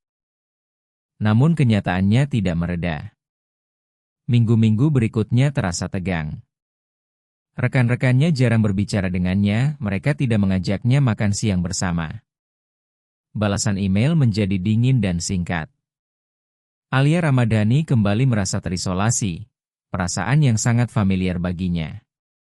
Dulu ia tidak terlihat ketika bekerja sebagai petugas kebersihan. Sekarang ia terlihat, tetapi dengan rasa tidak suka. Sabtu berikutnya ia datang ke kafe dengan wajah lelah. Bima Prasetyo langsung menyadarinya. Ada apa? Alia Ramadhani menceritakan semuanya. Tentang suasana kantor, tentang sikap rekan-rekannya, tentang perasaan kesepian yang kembali muncul. Bima Prasetyo mendengarkan dengan wajah semakin serius. Ini salah saya, katanya akhirnya. Alia Ramadhani menggeleng. Tidak. Ini hanya konsekuensi dari melakukan hal yang benar. Tapi tetap saja menyakitkan. Bima Prasetyo meraih tangannya di atas meja. Gerakan sederhana yang membuat Alia Ramadhani merasakan kehangatan yang tidak ia sadari ia butuhkan. Saya menyesal kamu harus melalui ini. Tapi kamu tidak berubah. Dunia di sekitarmu yang berubah. Beberapa orang tidak bisa menerima seseorang melakukan pekerjaannya dengan baik karena itu mengingatkan mereka bahwa mereka tidak melakukannya. Alia Ramadhani menggenggam tangannya sedikit lebih erat. Terima kasih sudah mengerti. Mereka terdiam beberapa saat dengan tangan saling menggenggam. Sebuah koneksi yang tenang dan hangat. Akhirnya Bima Prasetyo berbicara lagi dengan suara lebih lembut. Alia Ramadhani, ada sesuatu yang ingin saya katakan. Ia menatapnya. Apa? Bima Prasetyo menarik napas dalam-dalam. Hari-hari Sabtu ini menjadi bagian terbaik dalam minggu saya. Saya menunggu setiap pertemuan kita. Saya sering memikirkan apa yang akan saya ceritakan kepadamu, dan bagaimana kamu tersenyum ketika berbicara tentang sesuatu yang kamu sukai. Jantung Alia Ramadhani berdetak semakin cepat. Bima Prasetyo melanjutkan, saya tahu kita sepakat hanya menjadi teman dan menjaga semuanya tetap profesional. Tapi saya merasa lebih dari itu. Dan saya pikir kamu juga merasakannya. Alia Ramadhani perlahan menarik tangannya kembali. Saya tidak bisa. Bima Prasetyo mengangguk pelan. Kenapa? Alia Ramadhani menatapnya dengan mata berkaca-kaca. Kamu tahu kenapa? Terakhir kali saya mempercayai seseorang, saya ditinggalkan dengan utang yang bukan milik saya. Saya takut. Bima Prasetyo berkata lembut, saya mengerti. Tapi saya bukan orang itu. Alia Ramadhani menatapnya dengan air mata yang hampir jatuh. Bagaimana saya tahu itu? Bagaimana saya tahu kamu tidak akan menyakiti saya juga? Bima Prasetyo menarik napas panjang sebelum menjawab jujur. Kamu tidak tahu. Saya tidak bisa memberikan jaminan. Tidak ada yang bisa memberi jaminan seperti itu, lanjut Bima Prasetyo dengan jujur. Tapi saya bisa memberimu waktu, kesabaran, dan kejujuran. Saya bisa berjanji bahwa saya tidak akan pernah memandangmu lebih rendah. Saya akan selalu menghormatimu. Sepatu rusakmu itu mengajarkan saya lebih banyak tentang martabat daripada apapun yang pernah saya pelajari selama hidup saya yang penuh privilese. Kata-kata itu memecahkan sesuatu di dalam diri Alia Ramadhani. Air matanya jatuh begitu saja di tengah kafe.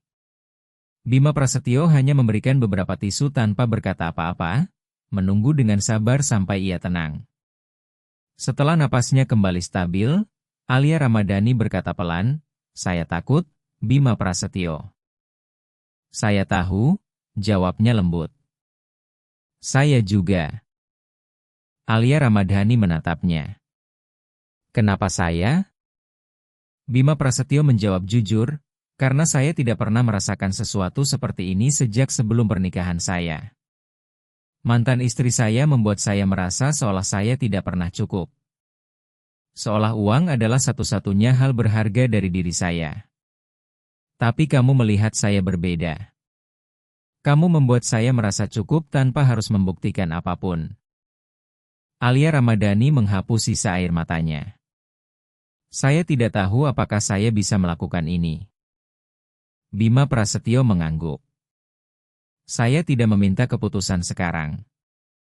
Saya hanya ingin jujur tentang perasaan saya. Ambil waktu yang kamu butuhkan. Saya akan tetap di sini.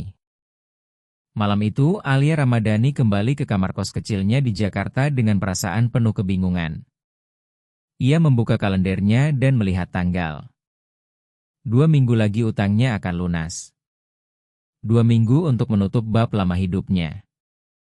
Mungkin setelah itu ia bisa membuka dirinya pada kemungkinan baru. Mungkin setelah itu ia siap. Hari Senin ia kembali bekerja dengan tekad yang lebih kuat. Ia melanjutkan audit internal, mengabaikan sikap dingin rekan-rekannya, dan fokus pada angka serta pekerjaannya. Seminggu kemudian ia menemukan ketidakwajaran lain, lebih kecil, lebih tersembunyi, tetapi tetap ada. Kali ini ia langsung melaporkannya kepada Bima Prasetyo tanpa ragu. Setelah diperiksa, ternyata hanya kesalahan administratif biasa, bukan penipuan.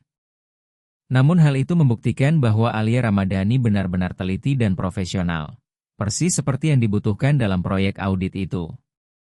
2 minggu kemudian Alia Ramadhani melakukan pembayaran terakhir utangnya, transfer ban yang hampir mengosongkan tabungannya, tetapi membuat hatinya terasa ringan.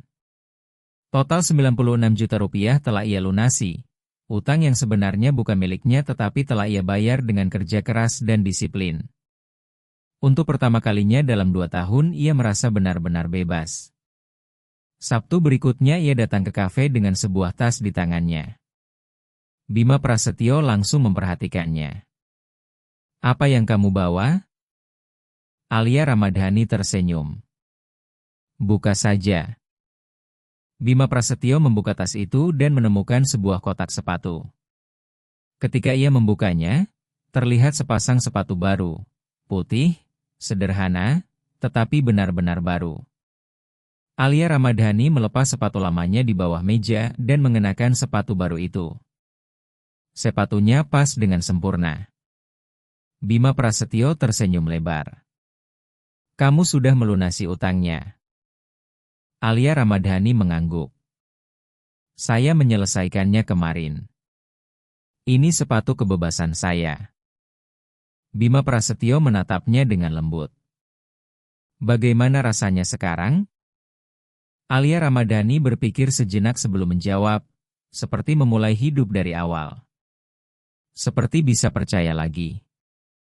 Seperti, saya akhirnya siap. Bima Prasetyo memahami maksud di balik kata-katanya. "Maksudmu?" Alia Ramadhani meraih tangannya di atas meja.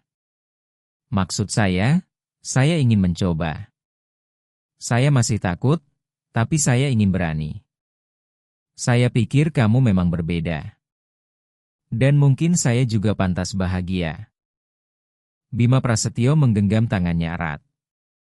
"Kamu pantas mendapatkan itu, dan lebih." Mereka saling menatap beberapa saat, tanpa dinding pemisah apapun, tanpa perbedaan status, tanpa ketakutan lama. Hanya 2 orang yang bertemu dalam keadaan yang tidak terduga dan membangun sesuatu yang nyata. Alia Ramadhani tersenyum kecil. "Jadi, ini kencan resmi sekarang? Bukan sekadar kopi teman?" Bima Prasetyo ikut tersenyum. "Kencan resmi. Yang pertama dari banyak kencan, jika kamu mengizinkannya." Alia Ramadhani mengangguk pelan. "Baik," kata Alia Ramadhani sambil tersenyum lembut. "Saya mengizinkannya." Untuk pertama kalinya setelah bertahun-tahun, Alia Ramadhani merasakan harapan yang nyata. Bukan sekadar harapan untuk bertahan hidup atau melunasi utang, tetapi harapan untuk benar-benar hidup, untuk mencintai, dan untuk membangun masa depan bersama seseorang yang melihat dirinya secara utuh. Sepatu rusak dan semua masa lalunya tidak lagi menjadi beban. Dan sekarang sepatu barunya menjadi simbol bahwa satu bab telah selesai dan bab baru telah dimulai. Sepatu lamanya ia masukkan kembali ke dalam tas di bawah meja. Ia tidak akan membuangnya. Ia akan menyimpannya sebagai pengingat tentang dari mana ia datang, apa yang telah ia lalui, dan apa yang telah ia pelajari. Namun ia tidak akan memakainya lagi. Ia tidak membutuhkannya lagi. Kini ia melangkah ke depan dengan sepatu baru. Dengan pekerjaan yang ia cintai, dengan seorang pria yang menghormatinya, Dan dengan kehidupan yang telah ia bangun sendiri, kehidupan yang sekarang bisa ia bagi jika ia memilih. Dan Alia Ramadhani memang memilih untuk berbagi. Ia memilih untuk percaya. Ia memilih untuk berani. Kencan resmi pertama itu berubah menjadi kencan kedua, lalu ketiga. Sabtu saja tidak lagi cukup. Mereka mulai bertemu juga di hari kerja, makan malam singkat setelah kantor, berjalan santai di taman pada hari Minggu, atau menonton film di bioskop. Bima Prasetyo sering bersikeras membayar, tetapi Alia Ramadhani juga bersikeras untuk berbagi. Akhirnya mereka mencapai kesepakatan sederhana. Satu kali Bima Prasetyo membayar, lain kali Alia Ramadhani yang membayar. Di kantor mereka tetap menjaga jarak profesional. Bima Prasetyo adalah atasan, dan Alia Ramadhani adalah karyawan yang sedang menangani proyek audit penting. Tidak seorang pun tahu bahwa di luar gedung mereka adalah sesuatu yang lebih. Dan memang seharusnya begitu, setidaknya sampai Alia Ramadhani menyelesaikan auditnya dan kembali ke divisi akuntansi. Setelah itu mereka bisa lebih terbuka.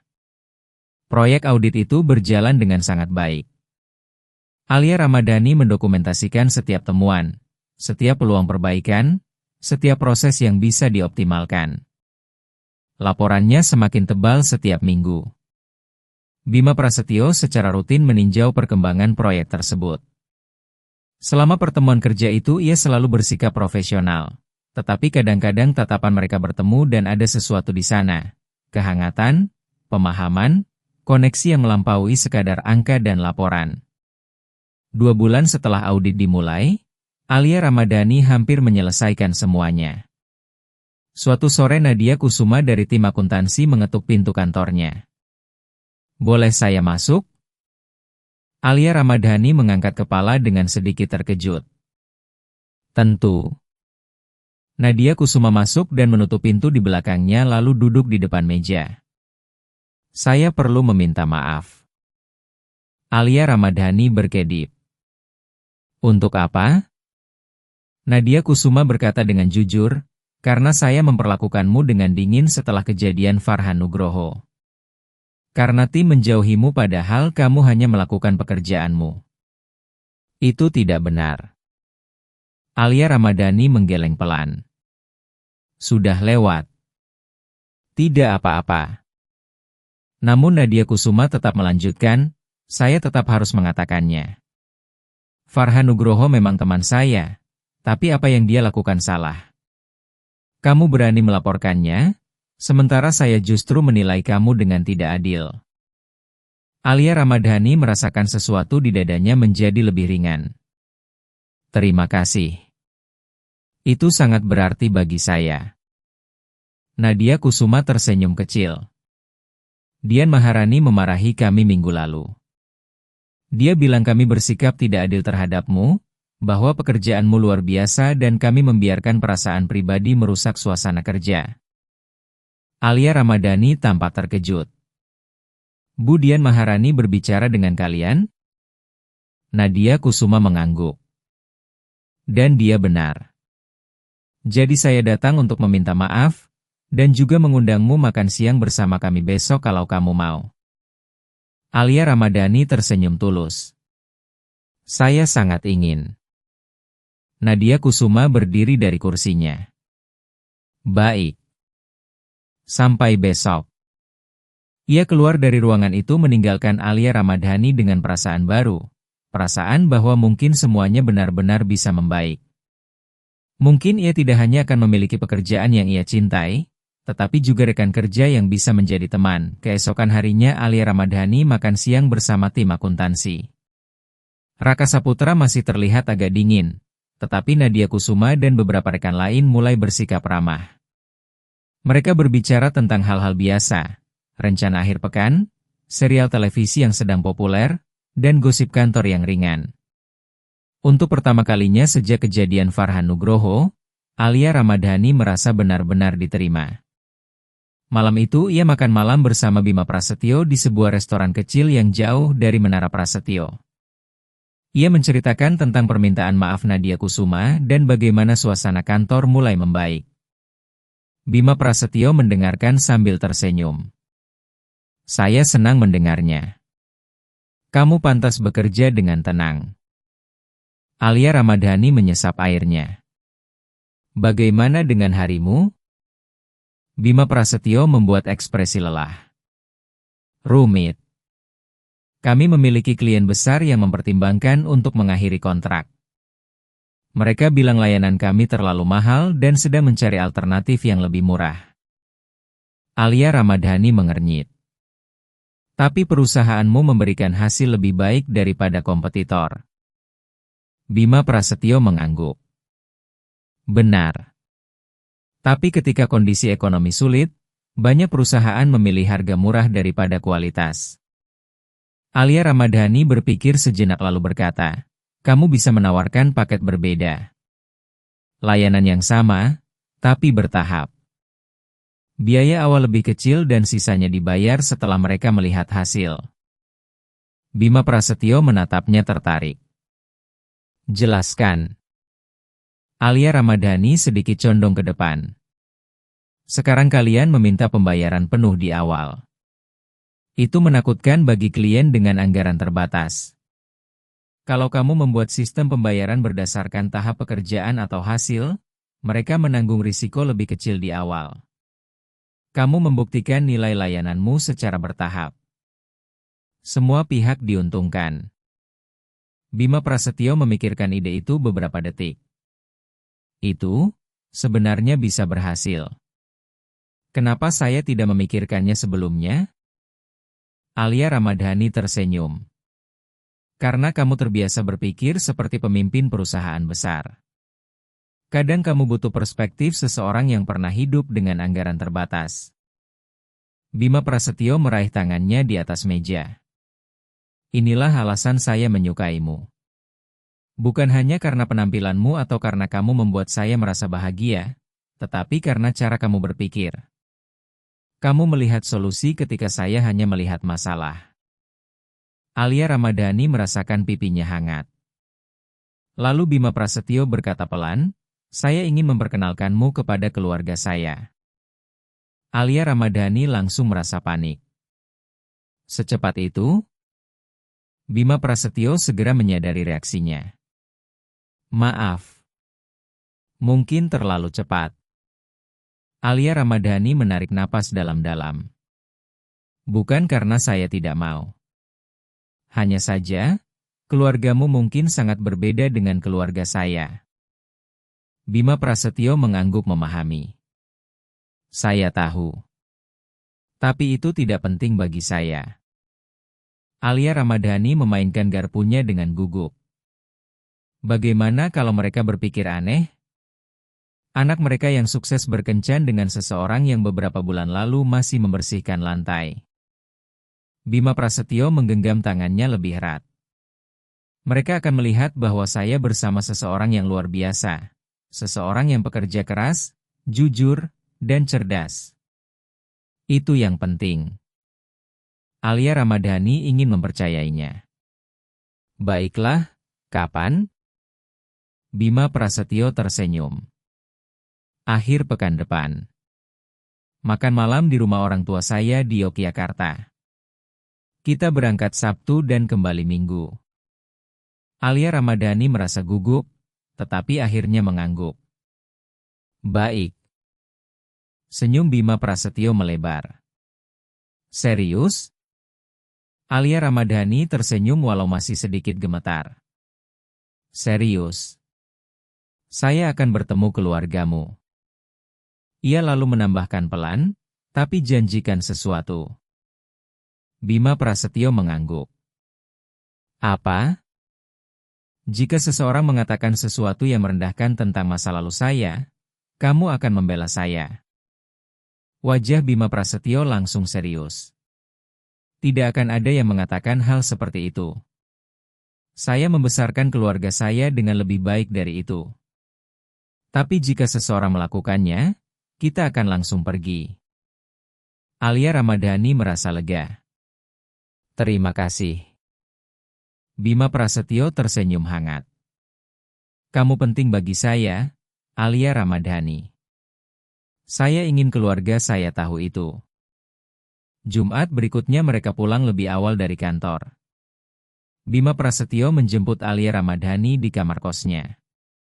Untuk kesempatan itu, Alia Ramadhani bahkan membeli blus baru agar terlihat rapi dan percaya diri. Alia Ramadhani mengenakan blus barunya, tidak mahal, tetapi rapi dan pantas. Sepatu barunya kini ia pakai dengan bangga.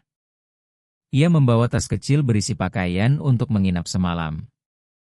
Ketika masuk ke mobil Bima Prasetyo, ia merasakan kupu-kupu di perutnya lagi. Perjalanan menuju Yogyakarta memakan waktu sekitar 3 jam. Sepanjang perjalanan mereka terus berbicara. Bima Prasetyo bercerita tentang masa kecilnya, tentang bagaimana ayahnya Surya Prasetyo membangun bisnis pertama dari nol dan bagaimana ibunya Lina Prasetyo bekerja sebagai sekretaris sambil membantu ayahnya mengembangkan usaha keluarga. Kami tidak selalu hidup dengan banyak uang, jelas Bima Prasetyo. Orang tua saya tahu bagaimana rasanya berjuang. Karena itu saya pikir mereka akan memahami ceritamu. Mereka tiba di sebuah rumah yang besar tetapi tidak berlebihan, indah, hangat, dan terasa seperti rumah keluarga yang nyata. Surya Prasetyo dan Lina Prasetyo sudah menunggu di depan pintu. Ayah Bima Prasetyo adalah pria sekitar 60 tahun dengan rambut beruban dan senyum ramah. Ibunya tampak elegan tetapi hangat. Mereka memeluk Bima Prasetyo dengan penuh kasih. Ayah, Ibu, ini Alia Ramadhani, kata Bima Prasetyo. Lina Prasetyo langsung mengulurkan tangan. Senang sekali bertemu denganmu, Alia Ramadhani. Bima Prasetyo sering bercerita tentangmu. Alia Ramadhani menjabat tangannya dengan sopan. Senang bertemu dengan ibu. Surya Prasetyo juga menyambutnya dengan ramah. Selamat datang. Silakan masuk. Makan malam hampir siap. Mereka masuk ke dalam rumah yang dipenuhi foto keluarga.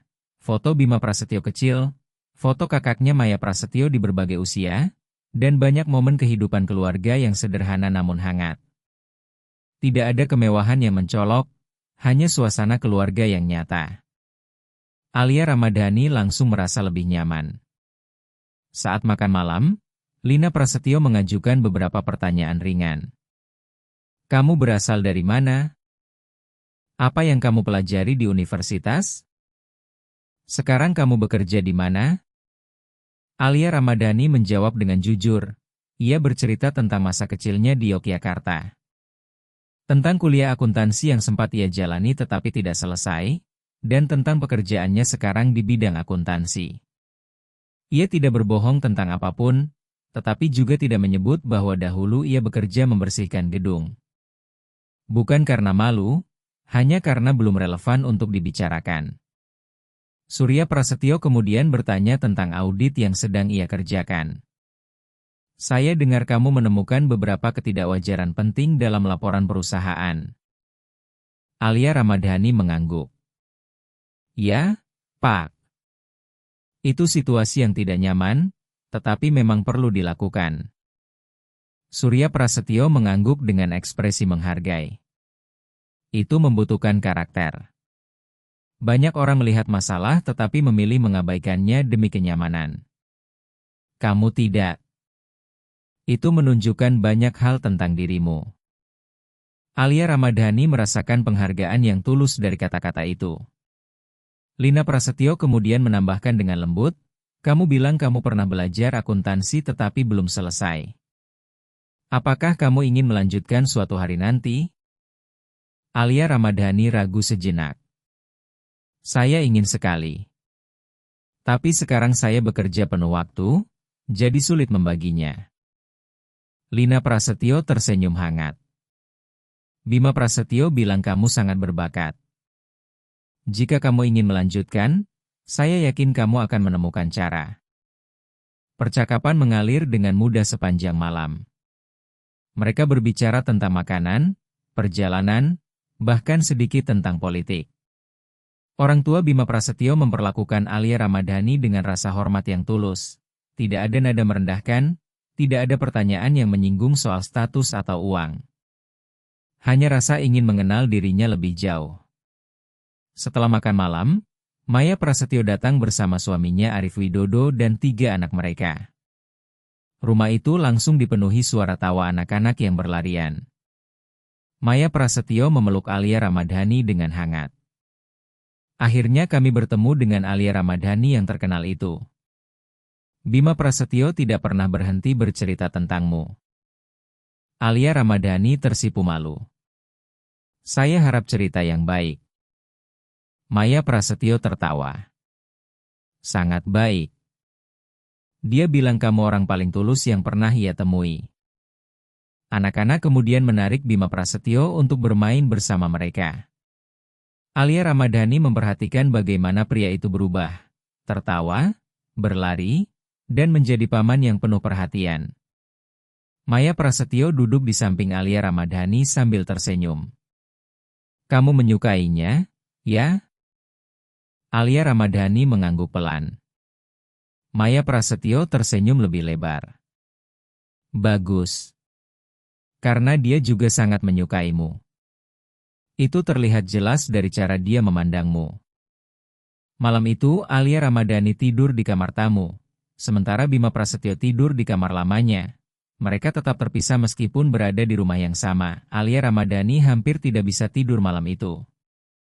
Ia terus memikirkan hari yang baru saja ia lalui. Bagaimana keluarga Bima Prasetyo menerimanya dengan hangat, bagaimana Bima Prasetyo bersama keluarganya, dan bagaimana semuanya terasa begitu benar. Keesokan paginya mereka sarapan bersama keluarga. Anak-anak Maya Prasetyo memohon agar Bima Prasetyo tinggal lebih lama. Ia tertawa dan berjanji akan kembali berkunjung segera. Saat mereka hendak pulang, Lina Prasetyo memeluk Alia Ramadhani dengan hangat. Datanglah kapan saja, nak. Kamu selalu diterima di rumah ini. Mata Alia Ramadhani langsung berkaca-kaca. Terima kasih, Bu. Lina Prasetyo tersenyum lembut. Panggil saya Lina Prasetyo saja. Kita sudah seperti keluarga sekarang. Dalam perjalanan kembali ke Jakarta, Alia Ramadhani lebih banyak diam. Bima Prasetyo memperhatikannya. Semuanya baik? Alia Ramadhani mengangguk. Lebih dari baik. Keluargamu luar biasa. Bima Prasetyo tersenyum. Kamu menyukai mereka? Alia Ramadhani menatapnya. Mereka memperlakukan saya sebagai orang yang setara. Bukan sebagai proyek, bukan sebagai seseorang yang harus dikasihani. Hanya sebagai manusia. Bima Prasetyo meraih tangannya. Karena itulah dirimu sebenarnya. Saat itu, Alia Ramadhani merasakan sesuatu yang sangat pasti di dalam hatinya. Ini nyata. Ini bisa berhasil. Perbedaan latar belakang tidak berarti apa-apa jika ada rasa hormat dan cinta yang tulus. Mereka tiba kembali di Jakarta saat matahari hampir terbenam. Bima Prasetyo mengantar Alia Ramadhani sampai ke depan kamar kosnya. Mereka berpisah dengan ciuman panjang. Bima Prasetyo berbisik, "Saya mencintaimu." Itu pertama kalinya ia mengatakannya. Alia Ramadhani merasakan getaran kuat di hatinya. "Saya juga mencintaimu," jawabnya. Dan kali ini ia benar-benar yakin. Ia naik ke kamarnya dengan perasaan pasti bahwa ia telah menemukan sesuatu yang nyata. Seseorang yang melihat dirinya sepenuhnya, yang menghargai masa lalunya, yang percaya pada masa depannya, dan yang mencintai dirinya sekarang. Sepatu lamanya tersimpan di dalam lemari sebagai pengingat dari apa yang telah ia lalui. Tetapi sepatu barunya kini berada di kakinya. Simbol kehidupan baru, cinta baru, dan masa depan yang terbuka. Minggu berikutnya Alia Ramadhani menyelesaikan proyek audit internal sepenuhnya. 3 bulan kerja keras dirangkum dalam laporan setebal 120 halaman berisi temuan, rekomendasi, proyeksi penghematan biaya, dan rencana implementasi yang rinci.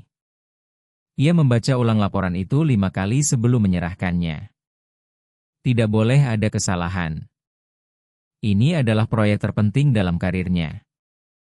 Jumat sore ia naik ke kantor Bima Prasetyo dengan laporan yang sudah dicetak dan dijilid rapi. Ia mengetuk pintu. Masuk.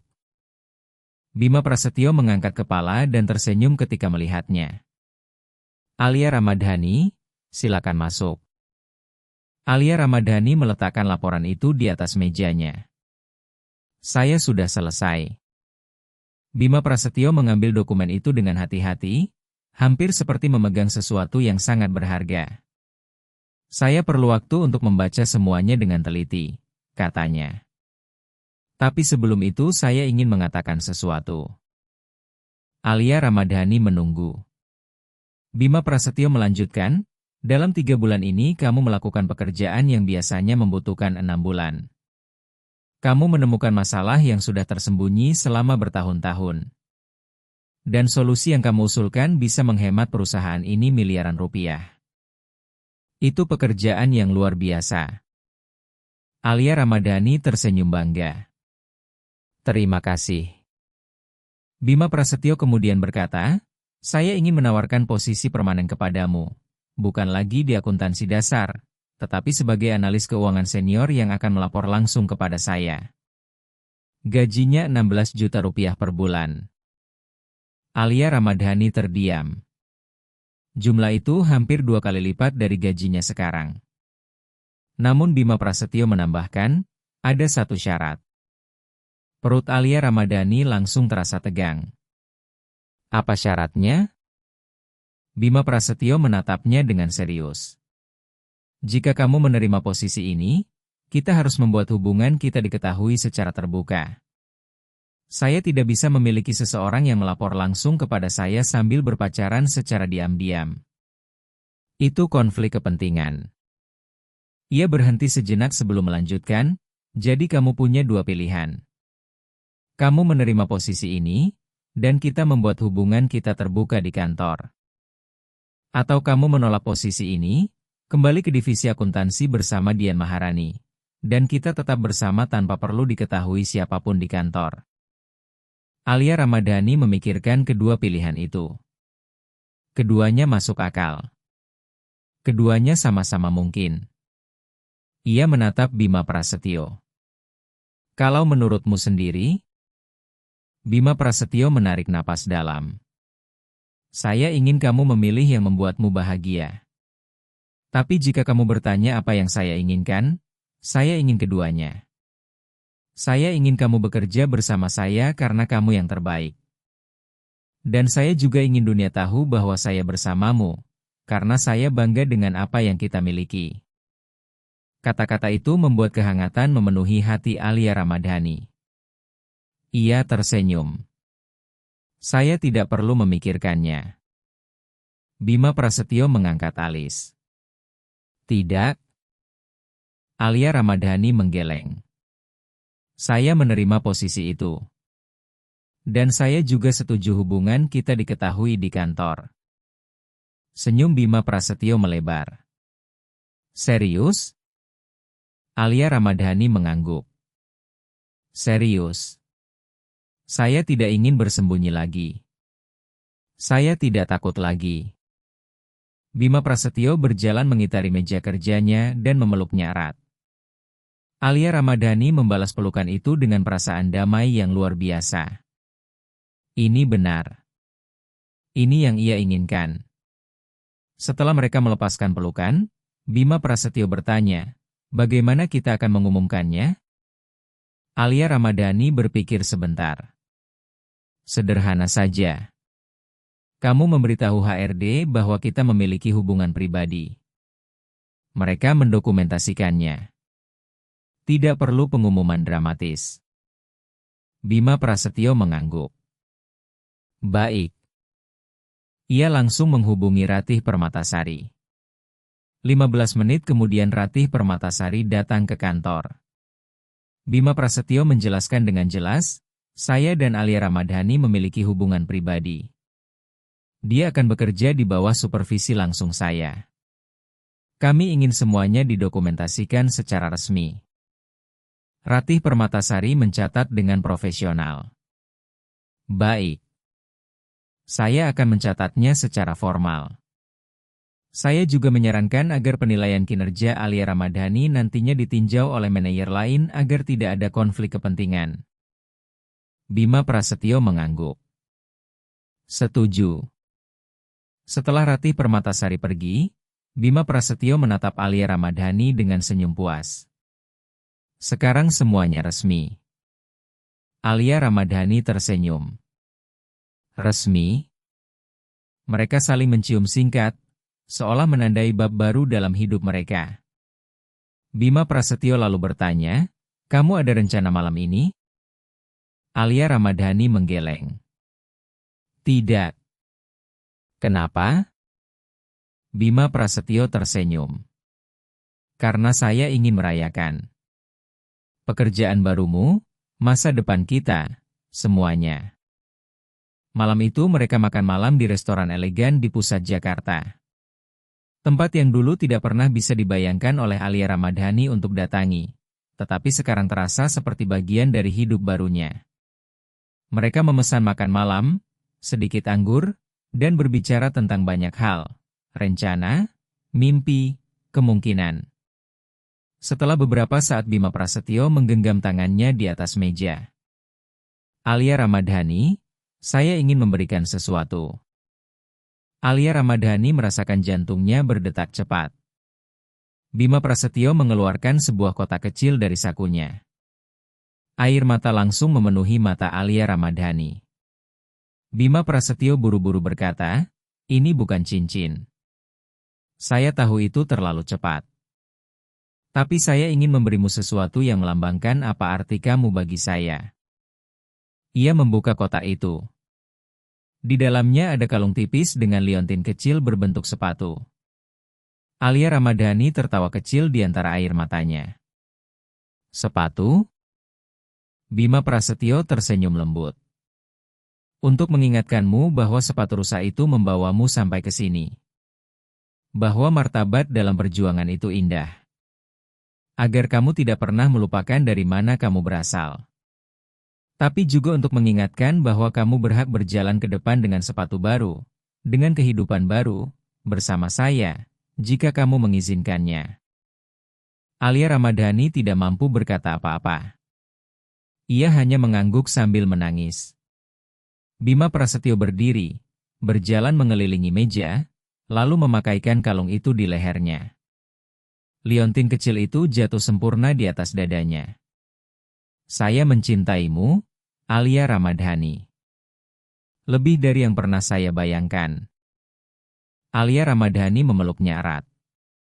Saya juga mencintaimu, bahkan sampai sedikit menakutkan. Mereka tetap berpelukan di tengah restoran tanpa peduli pada orang lain di sekitar mereka. Setelah kembali duduk, Alia Ramadhani memegang liontin kecil itu dengan lembut, seolah memegang seluruh perjalanan hidupnya yang akhirnya membawanya ke tempat ini. Alia Ramadhani menyentuh liontin kecil berbentuk sepatu itu dengan lembut. Ini sempurna. Bima Prasetyo tersenyum hangat. Seperti kamu. Alia Ramadhani menggeleng pelan. Saya tidak sempurna. Saya punya ketakutan, keraguan, dan luka. Bima Prasetyo menatapnya lembut. Saya tahu. Saya juga begitu. Tapi justru itu yang membuat kita nyata. Dan sesuatu yang nyata selalu lebih berharga daripada sesuatu yang tampak sempurna. Mereka menyelesaikan makan malam dalam suasana yang damai. Setelah itu mereka berjalan menyusuri jalanan malam di Jakarta, bergandengan tangan tanpa menyembunyikan apapun, hanya menjadi diri mereka sendiri. Ketika sampai di mobil Bima Prasetyo, ia bertanya, "Mau saya antar pulang?" Alia Ramadhani menggeleng perlahan. "Saya ingin tinggal bersamamu malam ini, jika kamu juga ingin." Bima Prasetyo menatapnya serius.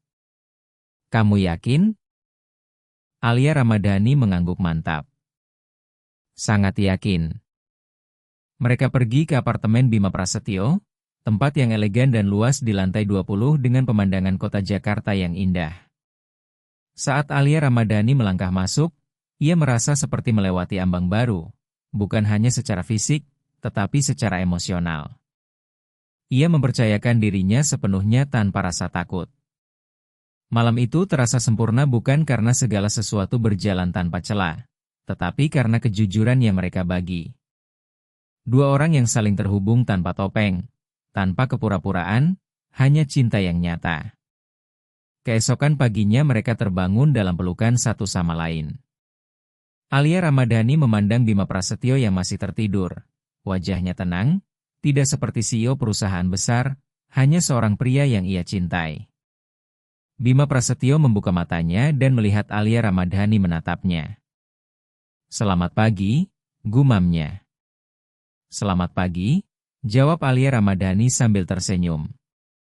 Mereka sarapan bersama, kopi, roti panggang, buah, dan percakapan ringan tentang hal-hal sederhana. Setelah beberapa saat Bima Prasetyo bertanya, "Apa yang ingin kamu lakukan hari ini?" Alia Ramadhani berpikir sejenak. "Saya ingin menelepon ibu saya. Saya ingin bercerita tentangmu." Bima Prasetyo tersenyum. "Saya ingin bertemu dengannya suatu hari nanti." Alia Ramadhani mengangguk. "Kita bisa pergi ke Yogyakarta bersama." Ia menelepon ibunya Sri Lestari dari balkon apartemen. "Ibu, saya ingin bercerita sesuatu. Saya bertemu seseorang." Ia menceritakan semuanya, tentang Bima Prasetyo, tentang pekerjaan barunya, tentang bagaimana untuk pertama kalinya setelah bertahun-tahun ia merasa benar-benar bahagia. Sri Lestari mendengarkan dengan penuh haru. "Nak, ibu sangat senang mendengarnya. Kamu pantas bahagia. Kapan ibu bisa bertemu dengannya?" Alia Ramadhani tersenyum. "Segera, Bu. Saya janji." Setelah menutup telepon, Bima Prasetyo memeluknya dari belakang. "Semuanya baik?" Alia Ramadhani mengangguk. "Lebih dari baik. Ibu saya ingin bertemu denganmu." Bima Prasetyo mencium lehernya dengan lembut. "Saya juga ingin bertemu dengannya. Kita pergi akhir pekan depan." Alia Ramadhani menoleh dengan terkejut. "Serius?" Bima Prasetyo mengangguk. "Serius. Saya ingin mengenal keluargamu, mengenal dari mana kamu berasal, dan membuat semuanya resmi." Senin pagi mereka tiba di Menara Prasetyo bersama, tangan saling menggenggam.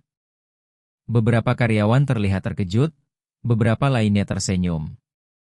Nadia Kusuma melihat mereka dan mengedipkan mata pada Alia Ramadhani.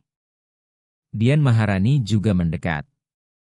"Selamat, Alia Ramadhani. Untuk promosi jabatanmu, dan juga untuk yang lainnya." Alia Ramadhani tersenyum. "Terima kasih, Bu." Minggu-minggu berikutnya dipenuhi penyesuaian. Alia Ramadhani mempelajari tanggung jawab barunya sebagai analis keuangan senior dan bekerja langsung dengan Bima Prasetyo untuk menerapkan rekomendasi dari auditnya. Hasilnya terlihat cepat. Penghematan biaya besar, efisiensi meningkat, dan klien semakin puas. 1 bulan kemudian Bima Prasetyo mengadakan rapat dengan seluruh karyawan perusahaan. Ia berdiri di depan ruangan dan berkata, "Saya ingin memberikan penghargaan khusus kepada Alia Ramadhani. Audit yang ia lakukan telah menghasilkan penghematan lebih dari 2 miliar rupiah bagi perusahaan dalam 1 kuartal saja. Rekomendasinya mengubah cara kita bekerja.